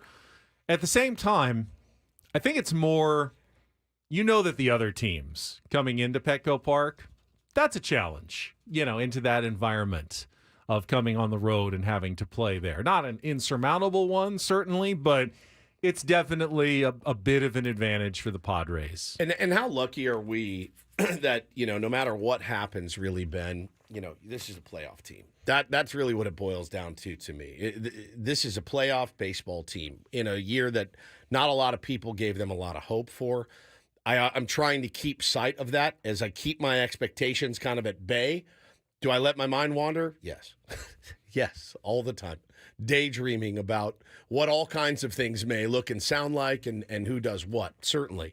But we are also in a position to where we are not sitting there tonight, not only worried about beating the White Sox, but praying to God that other teams lose so that we can back into the playoffs. That, in and of itself, is such a relief going into this weekend. Really. Like just knowing, hey, we're in. We're going to get in. We're going to get in. It could be ugly, it could be creaky, but we're getting in. We're playing playoff baseball this year. I'm trying to keep sight of that as a fan. And then the other matchup, forgot to mention, the Rockies visiting the Dodgers tonight, first of 3 in L.A. According to ESPN, Kyle Freeland on the mound for the Rockies and undecided taking the hill for the Dodgers. Call somebody up. I don't know. A bullpen day. I mean, obviously it's a critical game for them. They're still massive favorites. That's the thing. You don't even have a pitcher, and they're still massive favorites, minus 250. And by the way, I tweeted this morning, they're still the favorites to win the World Series. So, again, when somebody hits you with the underdog bit, it's not a good bit. It's not. It's not a good bit. You're not the underdog. You're, in fact, the opposite of the underdog. You're the favorite. Quite frankly, the Padres aren't going to be underdogs in the eyes of a lot of people. Correct. In the playoffs. Correct. Even if they will technically, if they go up against the Dodgers, they might be the underdogs. Oh, they will be. But people are like, look, we talked about it with Jake Mintz in our 8 o'clock hour. He's like, I'm nervous about how many people around the country are picking the Padres. Yeah. Why would the Padres be the underdogs in a series against the Dodgers? because why are the Dodgers the favorites to win the World Series today? Are they still the favorite? I just looked. They're plus 350 to win the World Series. They're the number one. Number one choice. Yes. Are people paying attention? They're the number one betting choice to win the World Series. So ahead of the Phillies, ahead of everyone, ahead of every single team in baseball. I am surprised by that. I must say, I'm not. I'm not at all. Again, yes, they have a dangerous lineup, but are they going to get? They have to get through a month with no pitching.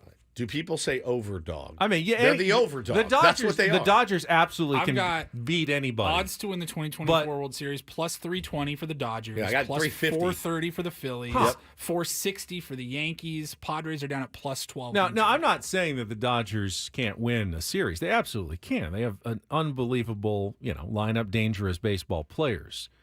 At some point, though, they're gonna run into a series where they don't have enough pitching. Whether it's a 5-gamer, 2 7-gamers, really? They're the favorites. Mm-hmm. Keep it that way. Fine, whatever. Yeah. American League is interesting, especially right now. Let's see. So the Detroit Tigers and Minnesota Twins are tied for the final wild card spot, and only like a game and a half game behind Kansas City, I think, for that second spot. So the Tigers are in Baltimore. Cater Montero against Corbin Burns. Montero just had a great start recently, but Burns is really good. And the Twins, who have been struggling, they're in Boston to take on the Red Sox. Twins have the tiebreaker, but the Tigers have the momentum, and they have the White Sox for their last 3 games. So everyone keeping an eye on that. The Royals host the Giants in Kansas City tonight as they play an interleague weekend series. So there's your key matchups of the day in Major League Baseball. Well, and again, man, just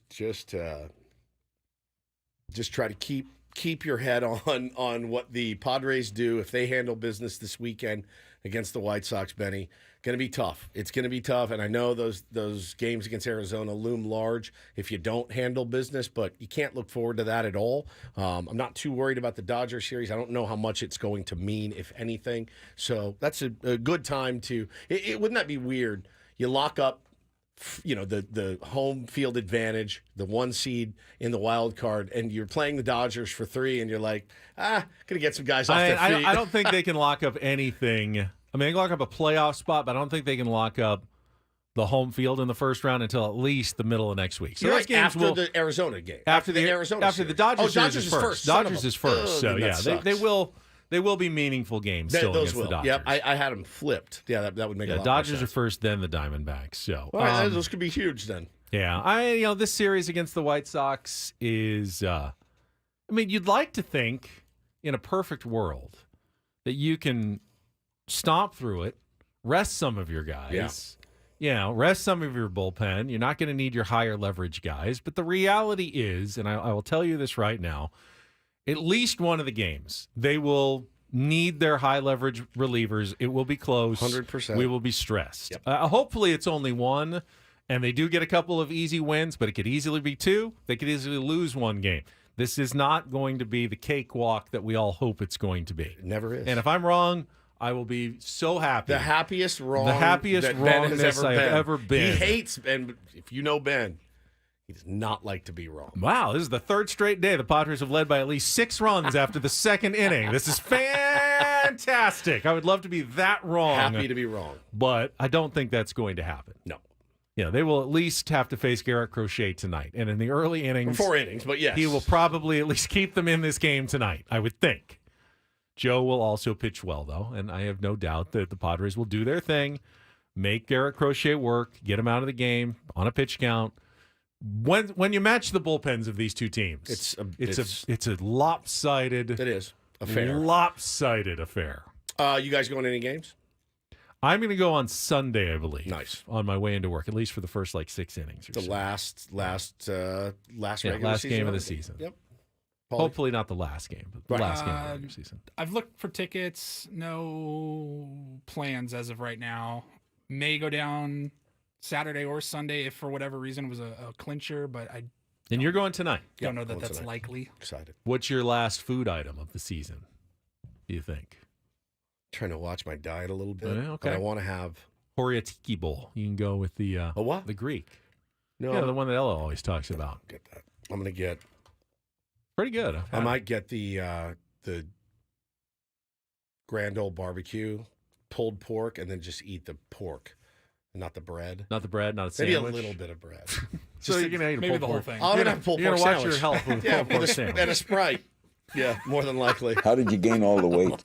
Eating pulled pork sandwiches at Petco Yes, Park. but I didn't eat 1/4 of the bread, so I'm being healthy today. Maybe I just won't do the fries. Oh, okay. There Which you I go. can do. Yeah, That's no problem. Yeah, or just have half the fries or 3/4 of the fries, Or maybe just all the Maybe fries. just have the fries. Yeah, And then get some cotton candy or something. Right. at the end. Cracker And Jack. then only like a couple of scoops of ice cream. Right. Maybe the whole bowl. I did see did they, when I was at Oracle, I saw these dudes walking through with the big, giant helmets. The giant helmets. not a little helmet Sunday. No. A full-size Like a big helmet. of nachos. And I was like, God. helmet bless. nachos. It looked. I must say, incredible. ever since you said you went to San Francisco and talked about that caramel corn you needed a fork to eat, I want to try that so badly. It's ungodly, dude. It is ungodly. I want that. It's really good. I want. Yeah, you I have want to have that a fork. caramel corn that needs a fork to be eaten. It looks so good. It was so good. But Are those there nachos, nuts or no nuts? No nuts. No nuts. Just caramel Just corn. caramel Oh corn. yeah, I want Oh. that. I want that. hand spun. What does that mean? They spin it with their hands. Doesn't that get really sticky? Yeah, I guess so. That's why they have to give you a fork to eat it with. It is so elite. I would not want that job. So elite. All right. Ah, We don't have time for anything Ben likes. that's fine. No. I would like 3 wins this weekend. What I'm happens sorry. on Monday? 2 out of 3, 3 out of 3. Oh, 1 Roach. out of 3. Roach. Kiss. Oh, yeah, we did it yesterday. We didn't even have a game. I know. You got to keep it going. Roachy. 3 kisses for 3 wins. I like that. Carry one in my wallet. It's a good idea. Let's get out of here. All right. Well, one way or another, we'll be back on Monday, hopefully in a good mood and not despondent after what happened this weekend. I do have some good news, though. Padres fans coming up this afternoon on the Gwynn and Chris Fryer Friday. Manny Machado will be joining Come on. Tony Gwynn Jr. and Let's Matthew go. Scraby. I love They're just it. waiting for Elo to go on vacation. Manny's I mean, gonna- Elo's got to be like, are you ready. kidding What? me? I go, and now Manny's coming Now on the Manny's show on. today. So Oh, listen in this afternoon, I starting was at like, 2 patch o'clock. me in from the Caribbean. 100%. Manny Machado on Fryer Friday. Annie and Elston are coming up next. For Paulie and Woods, I'm Ben. Have a great weekend from all of us here at 97.3 The Fan. So long, everybody.